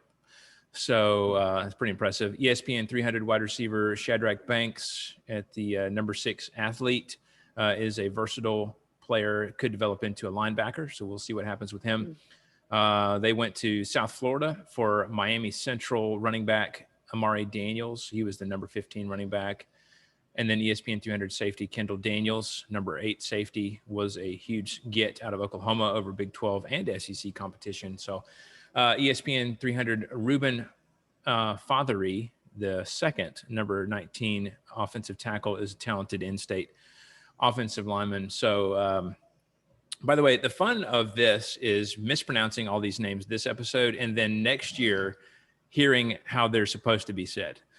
Yep. So. Assuming that Gary Danielson says them correctly. Well, that's true. There's a lot of assumptions made there. So yeah, you're absolutely right. Why would you bring up why would you bring up that sack of garbage? Sorry. I should have said trigger warning. I should have. Nope. Yeah, you got to preface that. I know. So here's something interesting for me. And obviously there's a lot of things that they are going to have to replace, but including Kellen Mond. Calm down, Matt. I was going to ask if Kellen Mond was going to the draft. Yeah. So the 4 defensive linemen, 300 ESPN 300 commits. To me, that's impressive. So obviously they have a lot of questions, but that in and of itself is huge. I think we've seen the Aggies be middle of the road to lower SEC ranked defenses. I'm not sure. I don't have the statistics to back that up right now, but just in my mind, when I think of A&M defense, I don't think of them as being terrible nor great. So I think this will be big for them. I think they'll make a next step defensively with some of this talent coming in. So we'll see. This Stowers guy at quarterback, maybe he is, going to be the next big thing, but they're going to have to figure that out at quarterback. So, yeah. Jesse, what do you think about this class and Jimbo Fisher's third straight top 10 class?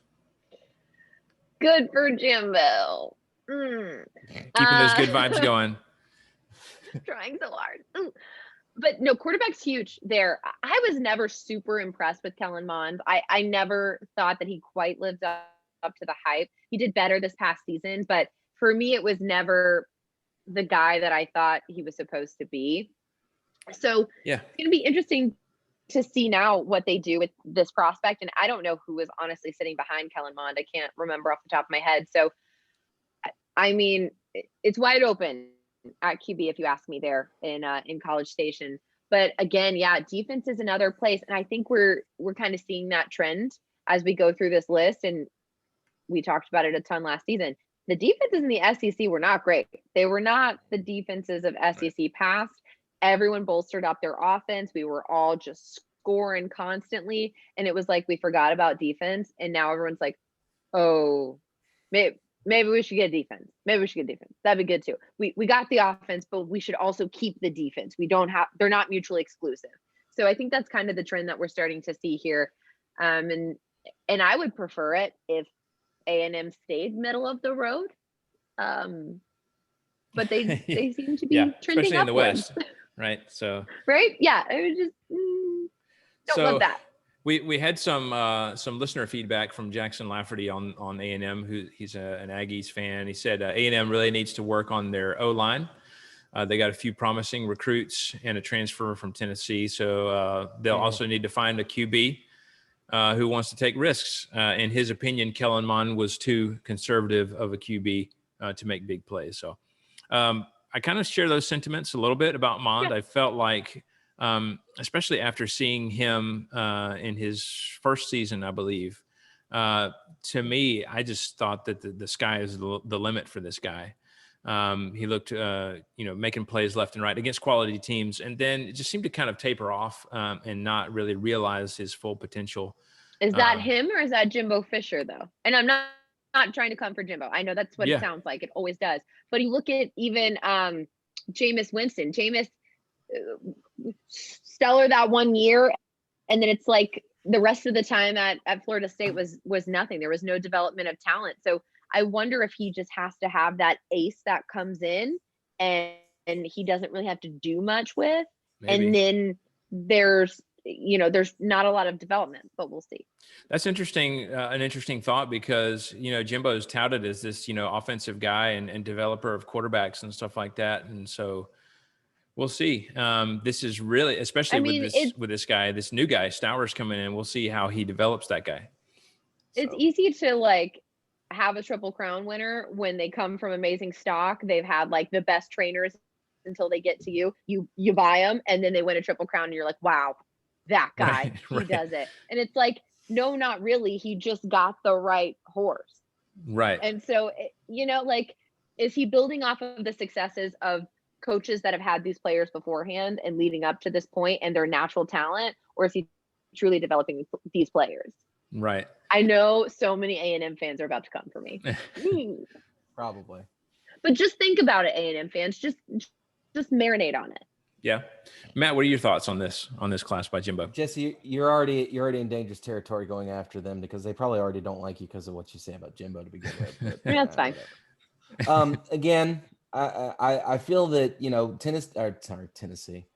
Texas A&M definitely got a shot in the arm offensively, picking up I can't remember which Tennessee kid it was that went to A&M. Hold on. I'm trying to remember. I think it was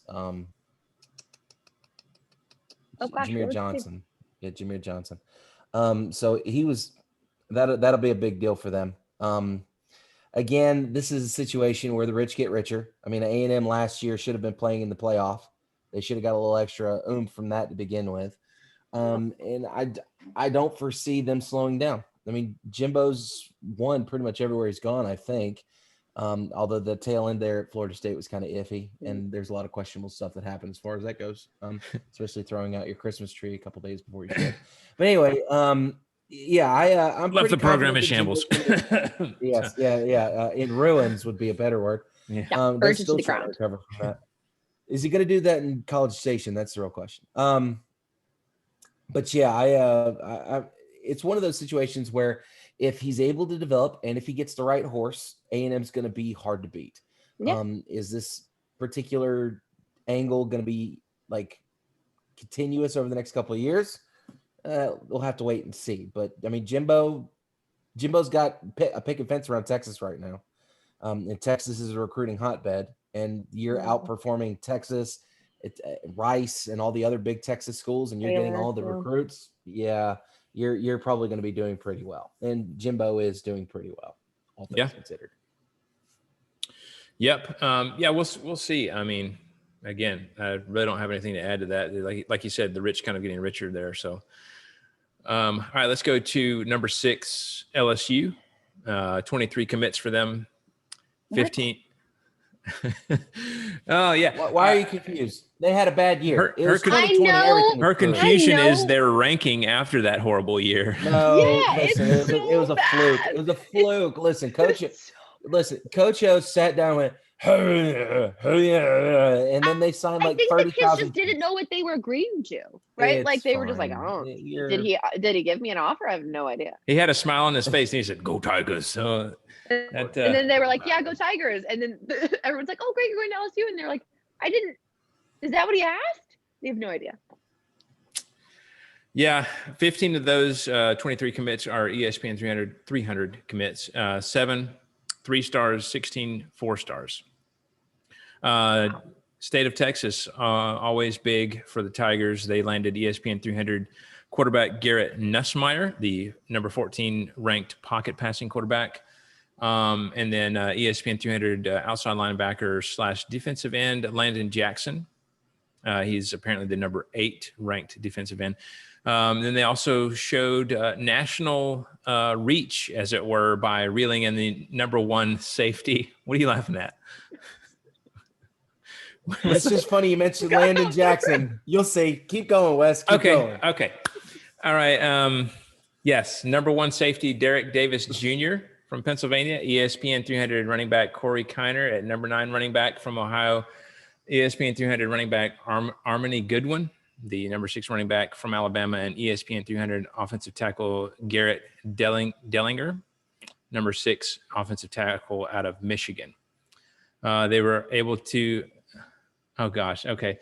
They were able to prevent in-state prospect Brian Thomas, who is the number 19 wide receiver, from heading to another SEC West rival.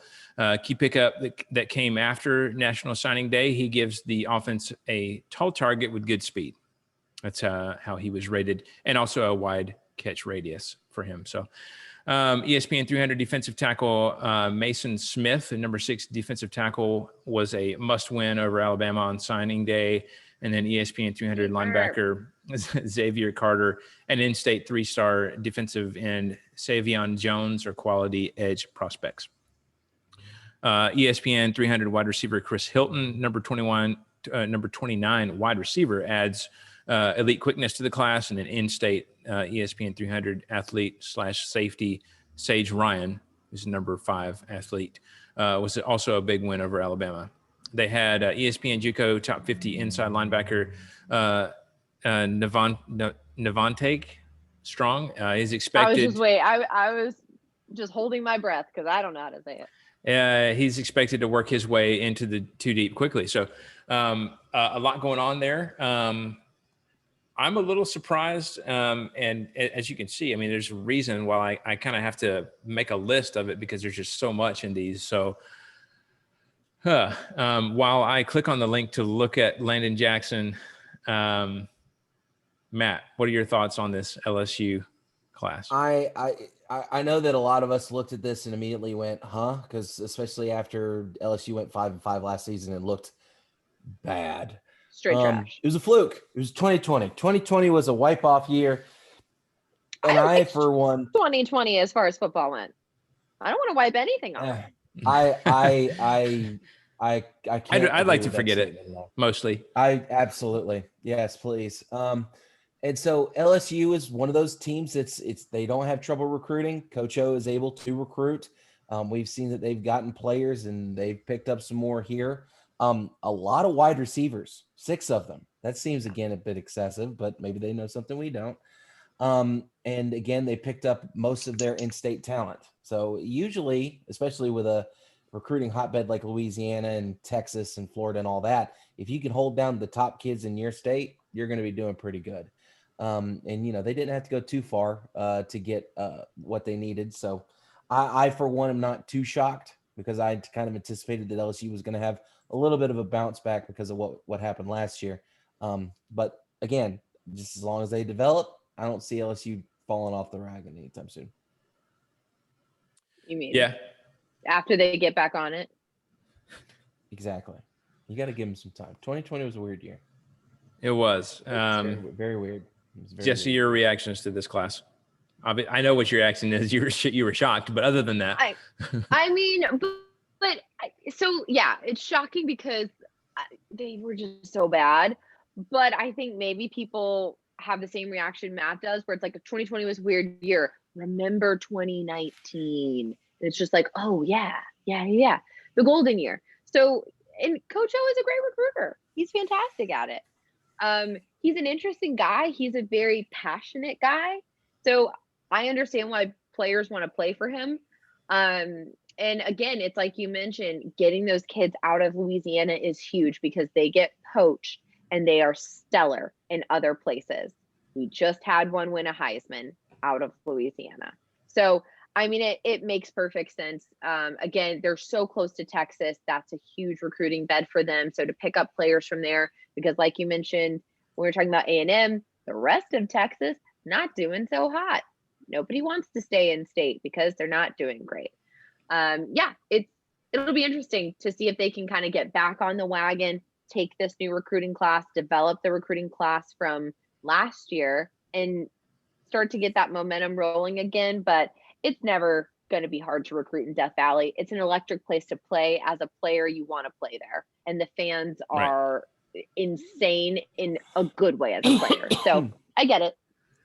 Yeah, so it's going to be like a wide open quarterback competition. It seems like. Obviously, you guys remember Miles Brennan? He's back, so Max Johnson had some bright moments. So did T.J. Finley last year. Plus, they recruited Nussmeier, highly recruited quarterback as well. So I think there's going to be a big quarterback competition. Lots of questions, although lots of good options. I guess that's a good problem. So. So we'll see how that goes with them. So, Wes, I'm sorry, I didn't mean to derail you. Go ahead. No, you're good. So yeah, we'll see what happens. I am a little surprised that they're as high as 6, but like you said, I mean, it's really kind of one hiccup. We saw them go from the highest of highs to, I don't know if I'd say the lowest of lows, but it was pretty low especially for their standards. So, you have to think that maybe this year will at least be in the middle, if not better. So, I think they're going to bounce back fairly quickly. Right. All right, let's go ahead and get to the number 3 class, and that was Georgia. They had 20 commits, 15 ESPN 300 commits, 4 3-stars, 15 4-stars, and a 1 5-star, according to ESPN. They get their 11th straight top 10 class after keeping ESPN 300 in-state quarterback Brock Vandegrift. He's the number 6 pocket passing quarterback, keeping him close to home. That was big. Who I think that, if I remember correctly, that decision was helped greatly by his grandmother, because I believe he was committed to Oklahoma, if I'm not mistaken, or some school out there. I think it was Oklahoma.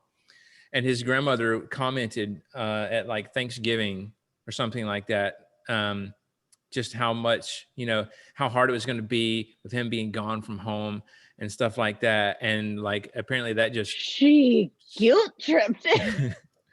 I don't know if that was it, or if he was just, it was Southern grandma guilt tripping. Yep.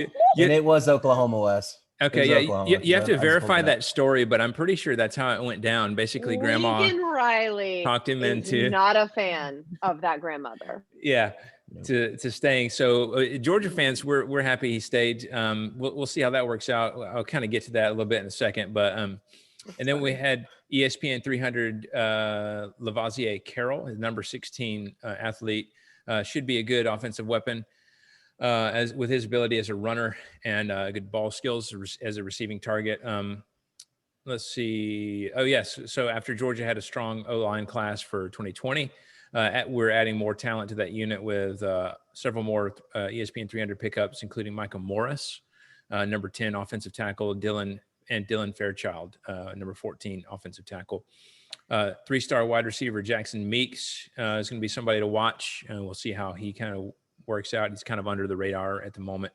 On defense, keep an eye on ESPN 300 safety David Daniel. He's the number 2 safety. Obviously one of the nation's best, just looking at that. And then ESPN 300 cornerback Nyland Green, the number 7 cornerback. In-state ESPN 300 inside linebacker Chaz Chambliss, the number 6 inside linebacker, starred at the Under Armour Ray Lewis's RL 52 camp prior to his junior season. Then Georgia went to South Carolina to land ESPN 300 defensive end Tyrion Ingram Dawkins, the number 17 defensive tackle, and to Alabama for 4-star cornerback Kamari Lassiter, who is the number 24 cornerback. Then we've got ESPN 300 athlete / linebacker Xavier Sori, the number 3 athlete. He was a big win out of Florida, so we'll see how that works out. Now we got a couple of positions to watch. Obviously, quarterback being one. We just talked about Vandegrift coming, but JT Daniels is still around. So again, we could have ourselves another quarterback decision for Kirby Smart.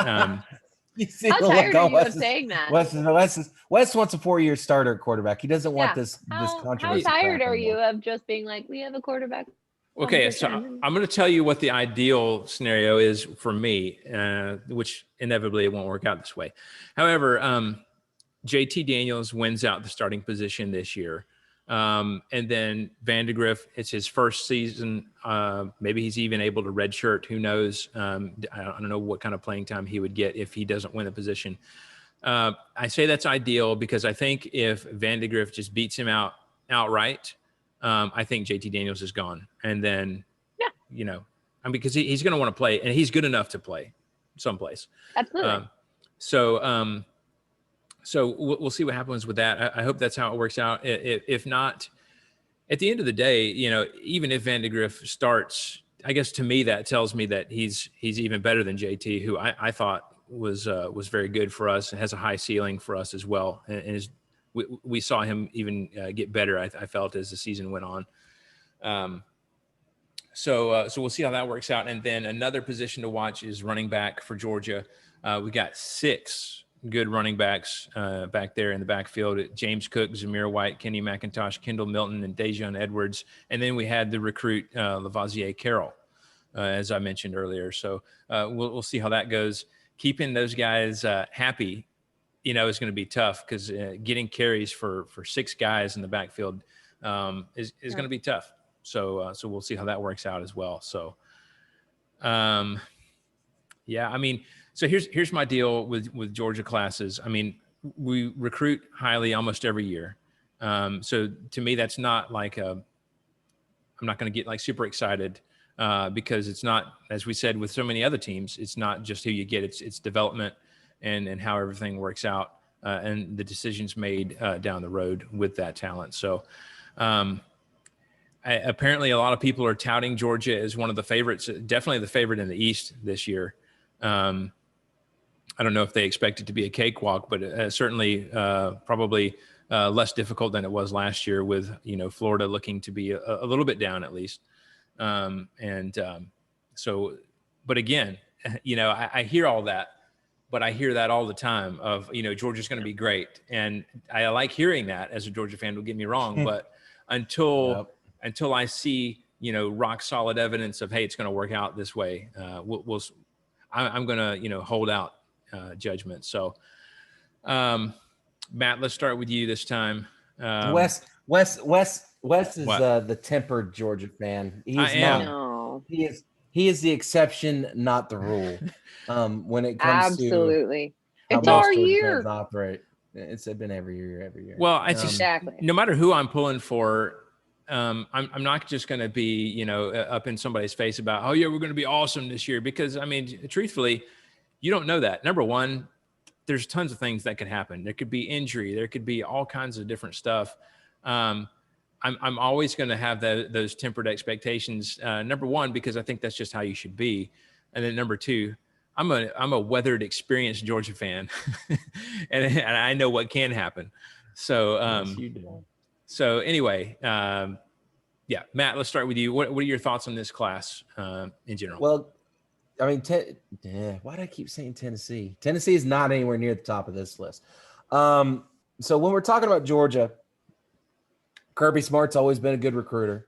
There are some aspects that I won't bug Wes when I bring up, like, win-loss records and bring it on, man. Put it on the show. No, I'm not going to do it. I'm not going to do it. It's not worth it. We've done it. No, it's okay. We've hit that. It really doesn't bother me, honestly. And hey, okay. It's all good. So, Well, anyway, with Mark Richt version 2.0 in the mix. Oh, there it is. There it is. We know he can recruit, just like Mark Richt did. We know that he's going to bring in these solid recruits from other states and other places, and he's doing that. And the question is how are they going to develop? And well, we've seen that they develop kind of mediocre. Whatever. I'm just kidding. I'm doing that just to annoy Wes. But again, this is solid signing class out of Georgia. The Vandegrift story is interesting because I looked up where Bogart, Georgia is because that's where he's from. And Bogart, Georgia is in Clark County, which is where Athens is. I don't know how in the world Oklahoma managed to get that far out in front when UGA is literally like 3 blocks from your house. Lincoln Riley quarterbacks. Think about it. UGA quarterback versus a Lincoln Riley quarterback. Look at I guess NFL. I could see your point there. But yeah, so this is a solid versus grandmas. That's it. Versus grandmas. Thank you, Grandma. Apparently. Yeah, Lincoln Riley can't compete with a grandmother. No one can. You can't. It's not possible. Apparently. So, and again, Georgia's locked down the state. 11 of their recruits coming from in-state. Georgia's another, like Florida, Louisiana, Texas, another state that's filled with talent, and they've locked it down again, not letting a lot of it get out of the state. So, Georgia's gonna Georgia, to use a Bama phrase. We're not there yet. So we're not there yet. We're about to be them. Jesse, what are your thoughts? I may have to go get some water. I mean, Georgia is doing exactly what they've done every year for the past couple years, and it's good. They recruit well. You expect them to have, a posse of running backs that are gonna be good. They'll go to the NFL. They might not be like crazy in the NFL, but they'll do well. The thing about Georgia, and I was trying to think of like the best analogy for Georgia, is the Georgia team overall, like all of the pieces on offense and defense, special teams, whatever. That's your outfit. You got a good style. You got a good outfit. You're rocking it. You're feeling good. You need the right shoes. It's going to set it off. It's going to bring together the whole ensemble. That's your quarterback. Your quarterback is your shoes. And you guys keep switching shoes because you haven't found the right one that sets the outfit off. And Jesse, I'm just waiting for this to happen because you guys have not had your Cinderella moment and you keep just cycling through quarterbacks. And at this point, every time someone says a quarterback name for Georgia, I'm like, okay, what is he going to do anything? And I think that's probably how Georgia fans are. And then it's also like, at the same time, Georgia fans they have this hype around them, but then once the quarterback gets there and they do like one thing wrong, they're like, oh, he's not our guy either. And then they kind of get down on him, and then the kid's like, I'm going to leave. It's a very interesting thing to watch as an outsider. Jesse is not pulling any punches talking about Georgia fans tonight, is she? Well, no. Our shoes last year for the first half of the season were a little too small. So, too small shoes, and those don't fit right. Literally, they weren't. They just don't fit right. Then you got a pair that's okay, but does it pull together the whole outfit? Maybe not, but it might pull together someone else's. Yeah, it would have been interesting to see a full season with JT Daniels, but again, JT Daniels wasn't healthy, and so we can call anything to question that we want to, but those shoes were at the cobbler. Like I said. What are we in 17th century Germany? I mean, what are we even cobblers doing are still real. They're cobblers, still real. Where are you going to find a cobbler? Oh my God, you can Google them. They're everywhere. They do exist. They do exist. To them. But that is, I think of like you said, Matt, I think of old school when I hear that. Like, I say, go down to the cobbler. Yes, quite. Yes, go to the cobbler, get yourself a pair of shoes. Y'all need to go to the cobbler. Thank God Almighty help us. Anyway, so that was a interesting analogy for JT Daniels. He arrived in a boot last year. I don't know what other for the shoes. Analogy I could have come up with. I tried. It works. But yeah, he arrived in a boot last year. So I've got shoes. There you go. So what other buzzwords from other stuff can we use? But I don't know. So like you said, we'll see what happens with that. Hopefully the ideal situation is that JT finishes out with us, and then we have Vandegrift kind of maybe even be the guy for the next 4 years.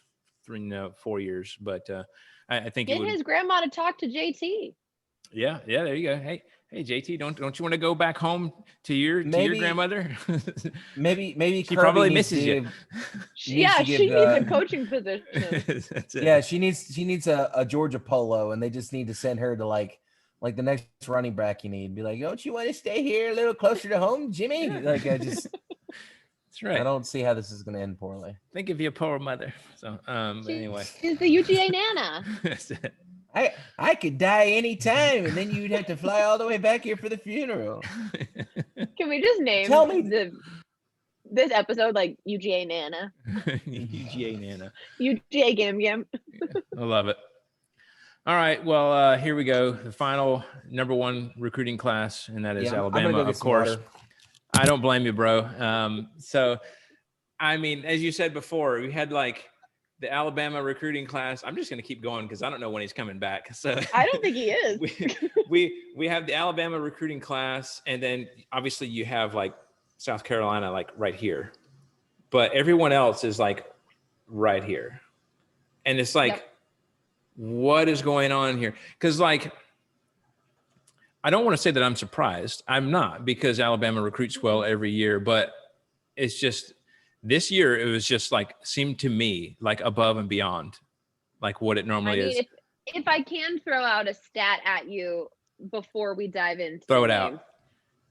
Nick Saban has coached Alabama teams that now occupy 6 of the top 10 recruiting classes in the era of 247 sports measures. Matt's about to leave again.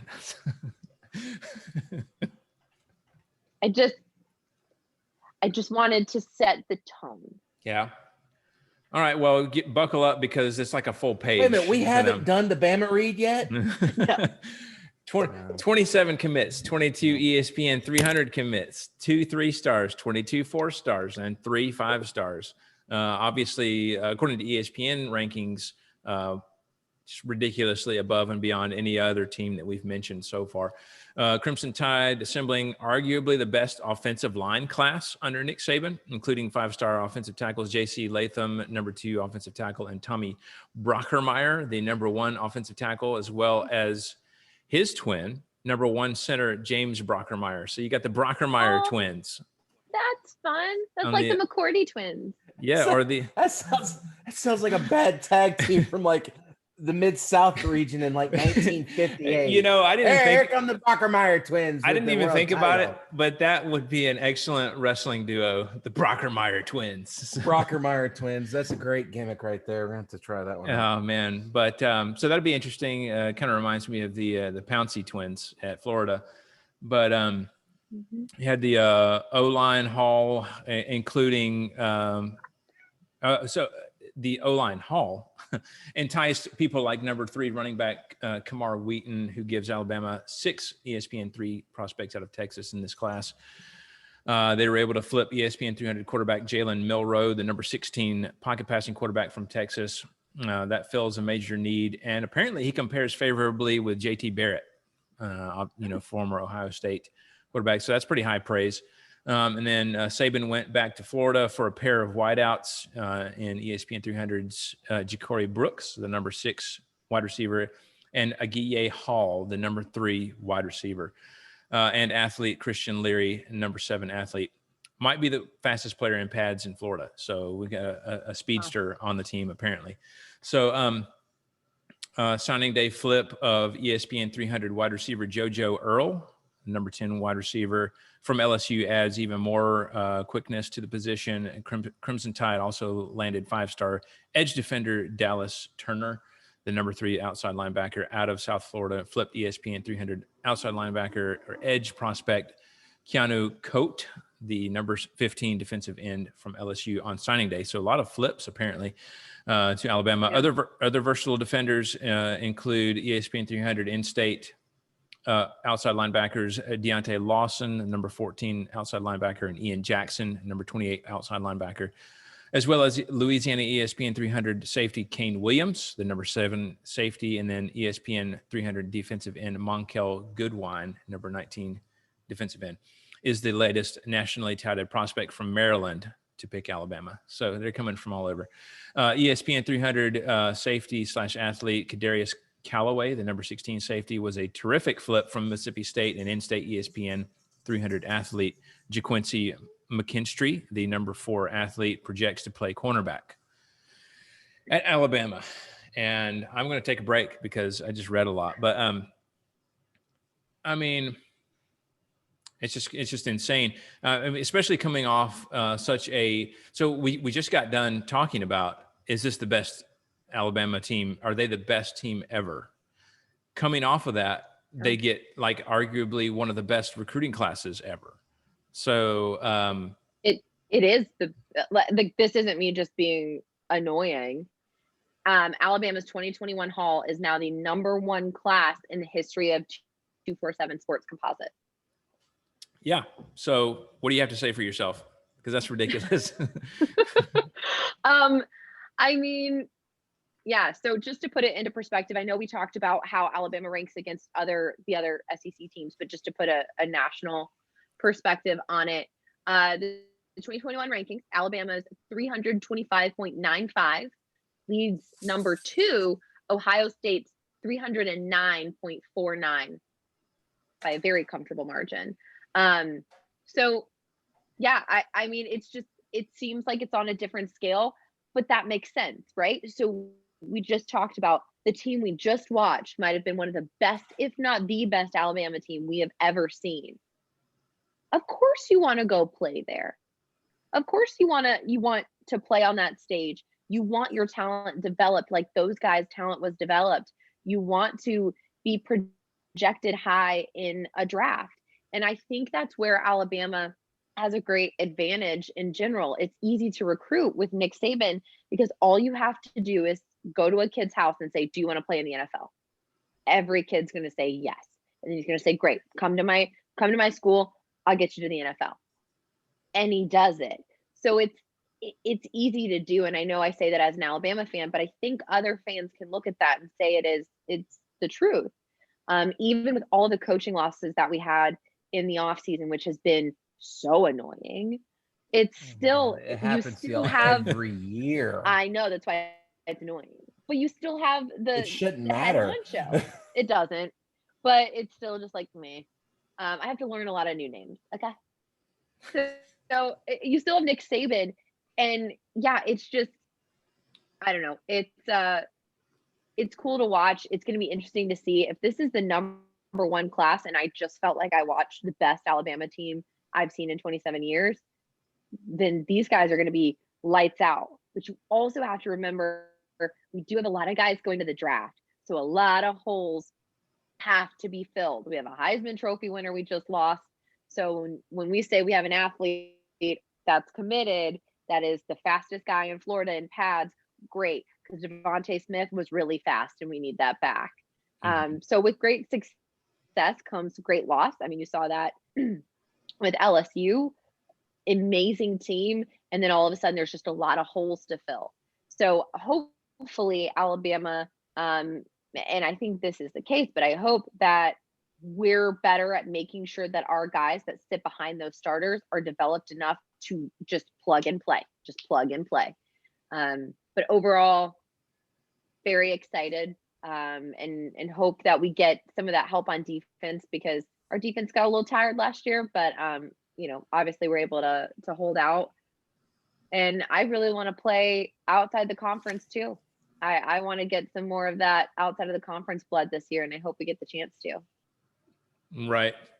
How do you feel about the quarterback situation? Is it basically a foregone conclusion that Bryce Young is going to be the starter? I would say so. I think that's kind of the understanding. I hate that Mac Jones is leaving. But yes. You can't blame the kid. Oh, no, he should absolutely go. Absolutely. I want him to go to my team so I can buy the jersey. I'll be so happy. And we need a quarterback. Hey-o. But yeah, I think Bryce is the clear choice right now. I don't really know who else it would be, to be honest with you. Yeah, I mean, so I know they're talking about those. It's Jalen Milroe coming in. We'll see what happens with him. Yeah, I don't know, but great point talking about a bunch of people leaving. Matt, do you think that is what contributed to the success of this class? Hey, there's a lot of holes to fill. Come here, you could showcase your talents right away, type of thing. No, what contributed to the success of this class is Nick Saban. And Nick Saban has the pedigree of, here's the list of the kids that I've put in the NFL. If you want a shot at the NFL, you need to come play at Bama. That's what it boils down to. Yeah. And when you look at their track record, when you look at, they've been in 7 of the last 9 national championships or something like that. There was some ridiculous stat. Like there's no competition at that point. Saban's going to do what Saban does, and he's going to continue to do what he does, because all he's got to do is come in and say, here's my resume. Do you want to come play football for us? He doesn't have to even recruit. He doesn't have to convince anybody. He just rolls in and says, hey, listen, this is what we do. You're either with us or you're with the other guys. Yeah, it's to it that must point be a now. wonderful feeling. It must be a wonderful feeling for that, because, I mean, you don't even have to go after anybody that hard. He literally could walk into a living room and be like, I'm Nick Saban. Do you want to play for me or not? And that's it. That's all he probably what he does. There's no work. I mean, it's basically it. So that's got to be the spiel. If it's not, it should be.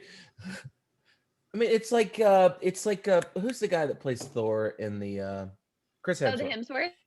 Yeah. It'd be like Chris Hemsworth walking in a mall being like, hey, you want to go on a date? No girl's going to say no.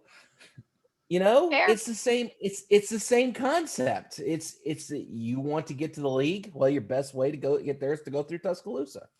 Yeah. And now I think even coming off a year where we've also had a Heisman, I think is huge too. Because yes, it's a silly award sometimes, but it helps. I mean, the more accolades, the more awards you have, and they won a lot of awards outside of the Heisman for, positions. So that helps. I mean, and it's also, Tuscaloosa's a fun place. I know firsthand it's a lot of fun to be there. The crowd is electric. Bryant-Denny has beautiful facilities. The Malamore Athletic Complex is top of the line for all of facilities. And so as a player, there's just an arsenal. And as a coach, there's an arsenal to use when it comes to recruiting. And outside of national championships. It's like a cycle. The winning leads to better recruiting, leads to winning, and it goes on and on. So, and like you said, they certainly spared cycle. They certainly spared no expense when it comes to the facilities, like you said. So, of course, that's becoming the norm for most schools, big schools. So, yeah, I urge everyone, whatever school you're a fan of, look up their athletic facilities. You will be probably very amazed at how top-notch and gorgeous these places are.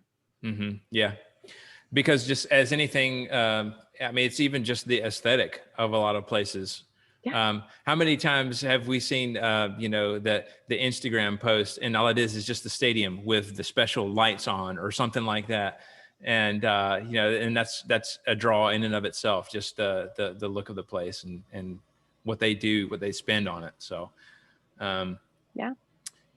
Anyway, so that concludes our recruiting classes. There was a lot to unpack there. Appreciate you guys talking about each class with me. A lot to talk about, certainly. So I do want to end this season finale on a fun note. So we'll do our Just for Fun segment. And keeping in the theme of classes, let's go with high school. Let's talk about which class would each SEC coach teach in high school. Jesse, let's start with you. And I thought it might be a fun thing for us because I always assign each of us our own coaches. And then I thought, that's a softball question. We need to give each other, we need to do each other's coaches so we can have fun with it, right? So Jesse, let's start with you first. Don't hold back. Okay, this is the first time I'm seeing these per usual. It just works. It's how my creative process works. Georgia, Kirby Smart. I just get a health teacher vibe, like the health coach vibe. I was waiting for it. Yeah, like I was waiting for that. You don't know what he does all day, but he just kind of puts on like an episode of Grey's Anatomy and then just like leaves the kids. Like you don't He know. just wanders around the school. He doesn't actually do any work.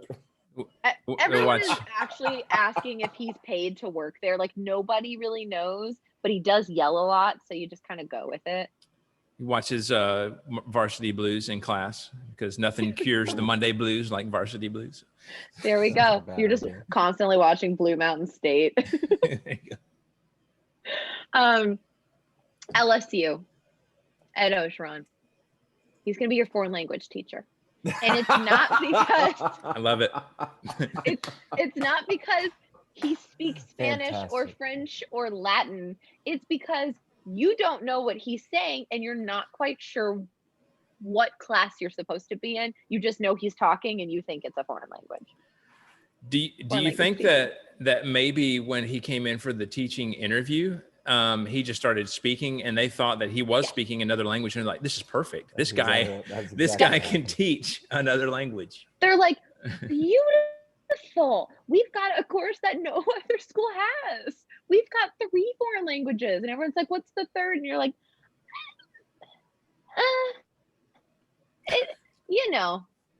it's, yeah. You're just like, okay.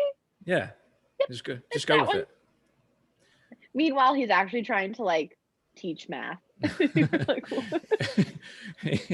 everyone has the wrong books out. They're like, what? Yeah, what, and he's and he's yelling to try to like get you on the right page, and it just gets worse. Like, imagine Ed Ogeron trying to say hypotenuse. Hypotenuse. Yeah, go Tigers. Je m'appelle. So he's your foreign language teacher. All right. Mike Leach is obviously your AP World History teacher. Obviously. And I say AP Absolutely. because he's AP. not teaching from the book. No. Nope. He's not going to teach you anything on the state exams.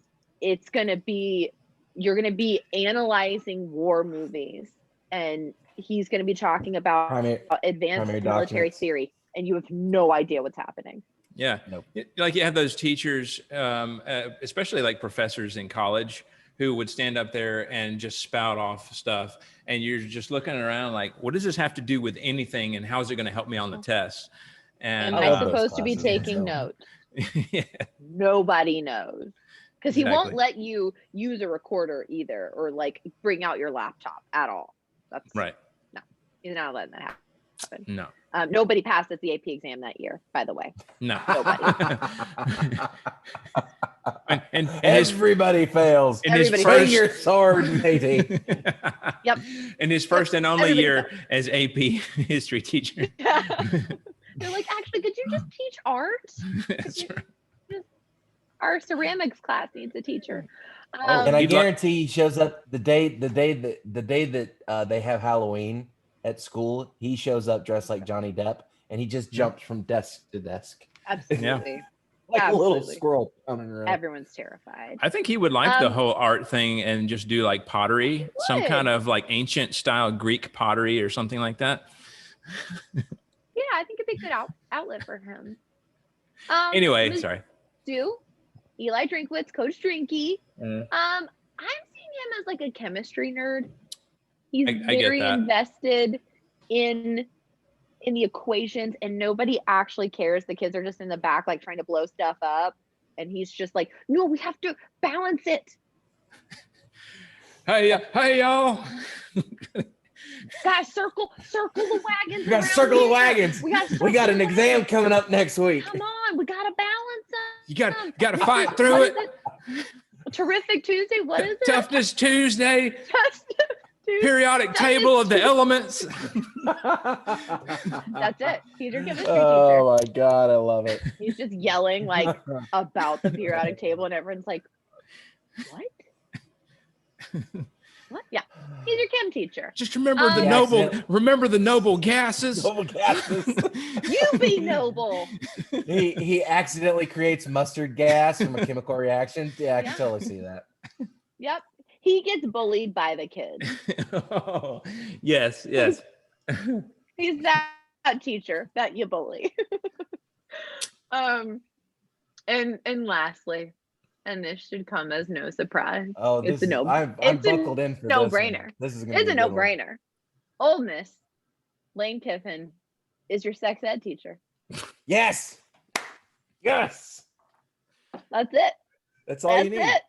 You're done. He's the Go creepy home. coach that you definitely know is dating a student outside of class. But nobody talks about it. Those poor kids, Love it. and they're scarring for life. Like just the He stuff shows talked American about. Pie instead Yes. of like an actual medical film. He's just like, watch this. It's fine. Yeah, this And is you're like, normal, kids. This is you're it. like, my mom didn't sign a permission slip. And he'll be Completely like, normal. my mom didn't sign a permission slip. That's right. He He's bullies the mocking the kids. students. Yeah. Oh, does this make you uncomfortable? Oh, Are Johnny. you uncomfortable? I'm so sorry. Shut up and grow up. Right. He's still wearing the thong face mask to class. Like, yep. As he sits there, hey Johnny, this is your mom's. Yeah. Yep. Tell her I'll be over for dinner at 8. Yep. That's Yep. Lane Total Kiffin. lane move. Uh, All right, Matt. You're welcome. Let's turn to you and All right, and so- Alabama. Nick Saban, I feel, is going to be teaching a personal finance class because obviously he knows how to throw some money around. So yeah, I went there, Jesse. He I went went there. So what? So what? Bold move from a I mean- Tennessee fan. You know what? I can do that now because it's out in the open. Who cares? Plus, that guy doesn't work there anymore. So, meh. We parted ways. That's right. He went and got a job with the Jets. So yeah, I think Nick Saban's definitely in that personal finance category, teaching kids how to balance checkbooks, This how must be to a private invest school. money, and definitely a hoity-toity private school. Nick Saban is not a public school teacher. Come on. He's the kind of guy that would, make you interview your parents about what you spend their money on every month and banking budgets. It strikes me as being him. Not that funny.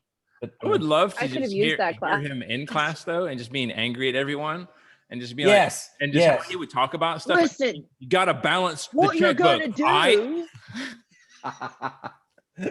All right, Listen, I'm not going to gonna explain it to stand you. here. Stop asking me. I'm not going to stand here while you're in the back with your friends. Yeah, I don't do the impression well, but Is there a Coke bottle on this podium? There is There's a Coke bottle for on this podium. sure. Coke bottle on one There's side, absolutely a Coke bottle Dasani on water the bottle on the other side. Yes. Yep. Yeah. Oatmeal cream pie for lunch every day. Yeah. When administrators come in, he's just very hostile towards them.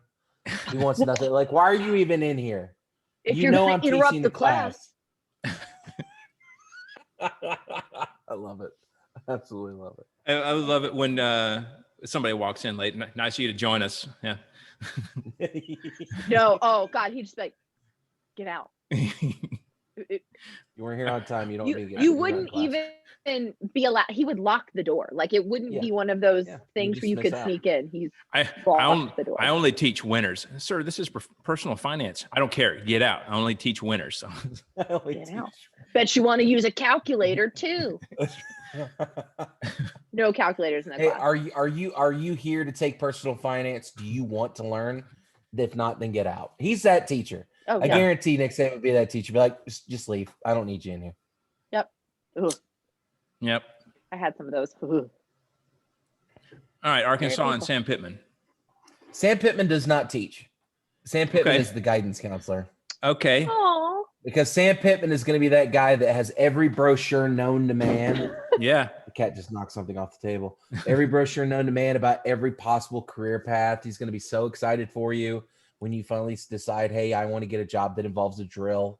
And what's he gonna say? What's he gonna say when you pick a He's going to job? say, yes, sir.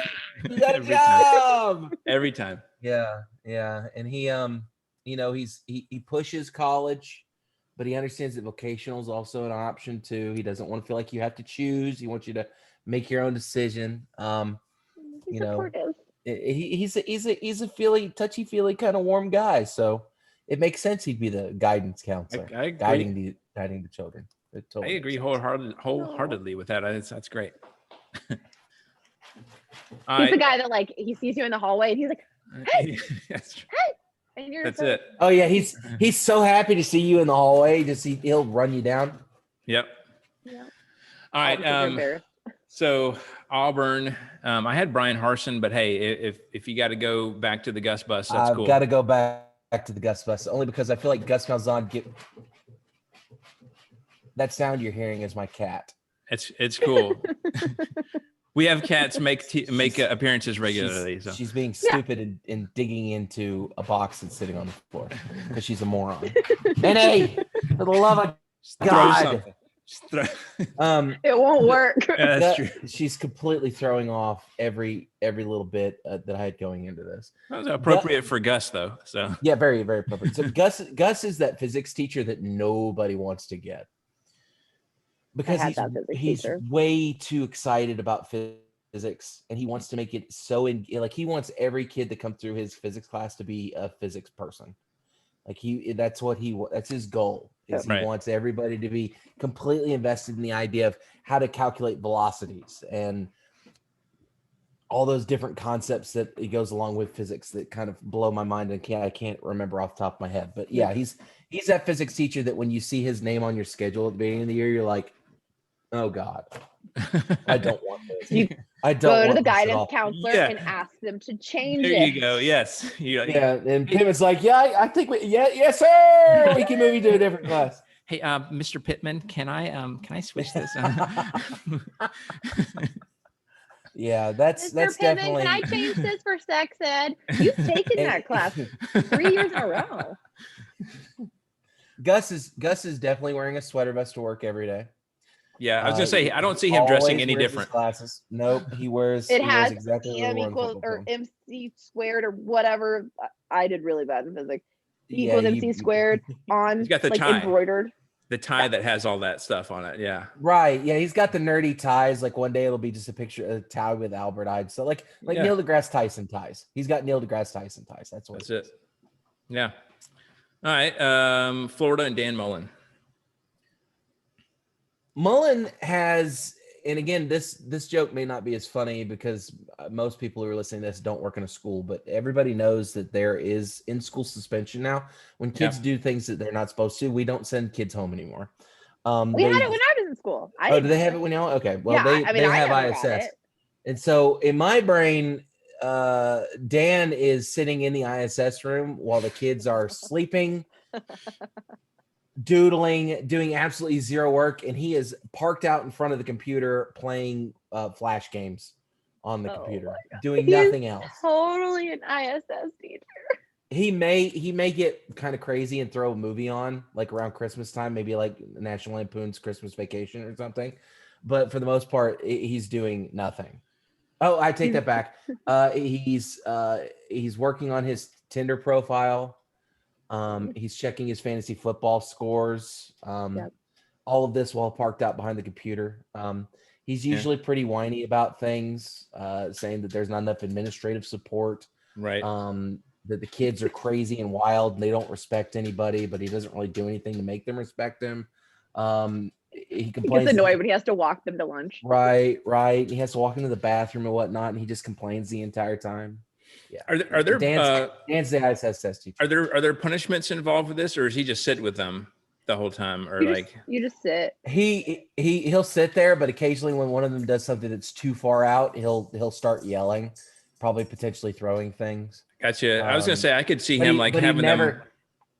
But he never calls the office. He never gets an administrator, because if they came in there, they'd be like, "Well, what have these kids been doing for the last 6 hours, Dan?" I tried to tell them to work. They won't listen to me. I could definitely see him having them wash his car or something. Something like that. Yes. Mm-hmm. Field trip to the parking lot. That's it. Yeah. All right. Kentucky and Mark Stoops.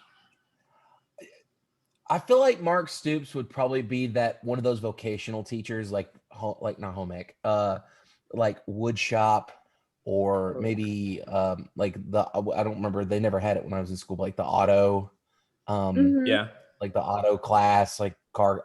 What do they call it? I don't even remember what they call Yeah, like the mechanic class, just something in the vocational kind of career prep instead of college prep particular pathway. Right. Just because he seems like a kind of a hands-on kind of guy. Like you're not going to find Mark Stoops teaching a Latin class. That's not going to happen. And they don't have bourbon tasting in high school. So you know what? Now that I think about it, he may teach ag. He might be an agricultural ag teacher. That might be see that. Yeah. Okay. So but he's definitely got a fifth of bourbon hidden in his desk. Oh yeah. He then he confiscates probably it from the kids and just drinks it. Right. Right. Yeah. Right. All right, cool. I like those. Those are good. All right, so I had Tennessee and Josh Heupel, which for those who don't know, and it's easy to forget because it's been a while. So Josh Heupel is a winner. He won the 2000 national championship with Oklahoma as the quarterback and was the Heisman runner-up that year. That's right. He's definitely teaching business. He's trying to teach kids how to be winners. So I'm gonna try to get that off on a positive note for you, Matt. He's a winner. He's teaching business, getting that going. Look at my face, Wes. Yeah, I can tell you're super impressed. So, South Carolina. Buy into the Heupel. There you go. You need the shirt, bro. You need it.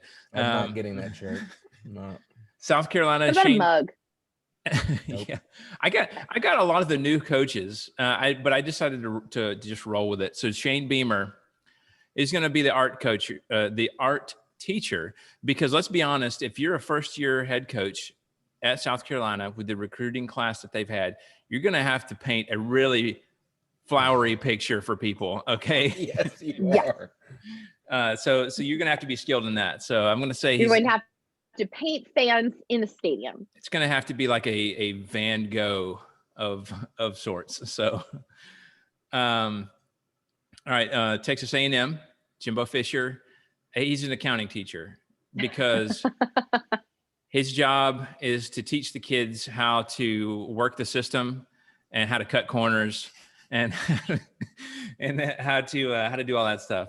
So yeah, and I could definitely I could see that. Vanderbilt, Clark Lee.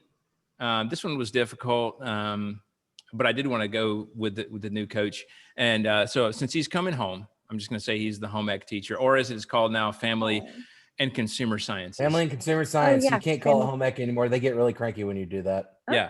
Okay. So that's what he's teaching. He's working. Like I said earlier, it's this is home, guys. This is where you want to be. So that's what I'm going to say for him. So. Meanwhile, Lane is sitting with Dan at lunch making fun of him. I was gonna look at that nerd. They're doing he teaches kids how to bake. I don't know if they still call it this in school, but the little hornets where you pop them at people, like you flick them across the room. But it's Lane and Dan doing that to the kids. They're just like, oh yeah, or the little straw. You know that Lane and Dan are just having a field day all the time. Just look at that kid. He looks like an idiot. they're tripping them in the hallways, and you're right. I got this. Straws and spitballs is all I'm going to say for these guys. Absolutely. That's what they're doing the whole time. Awful. Awful. All right. I thoroughly enjoyed that. That was good. But yeah, that brings us to the end of this episode. So, And the season. Yeah, season 4. Guys, we've made it through 4 seasons. So play for 4, stay for 4.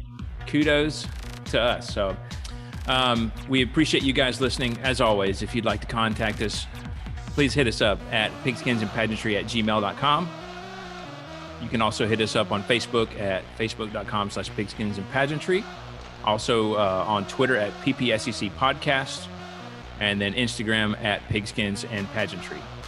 Don't forget we're available for download on iTunes, Stitcher, TuneIn Radio, and most other podcasting apps on iPhone, Android, and other operating systems.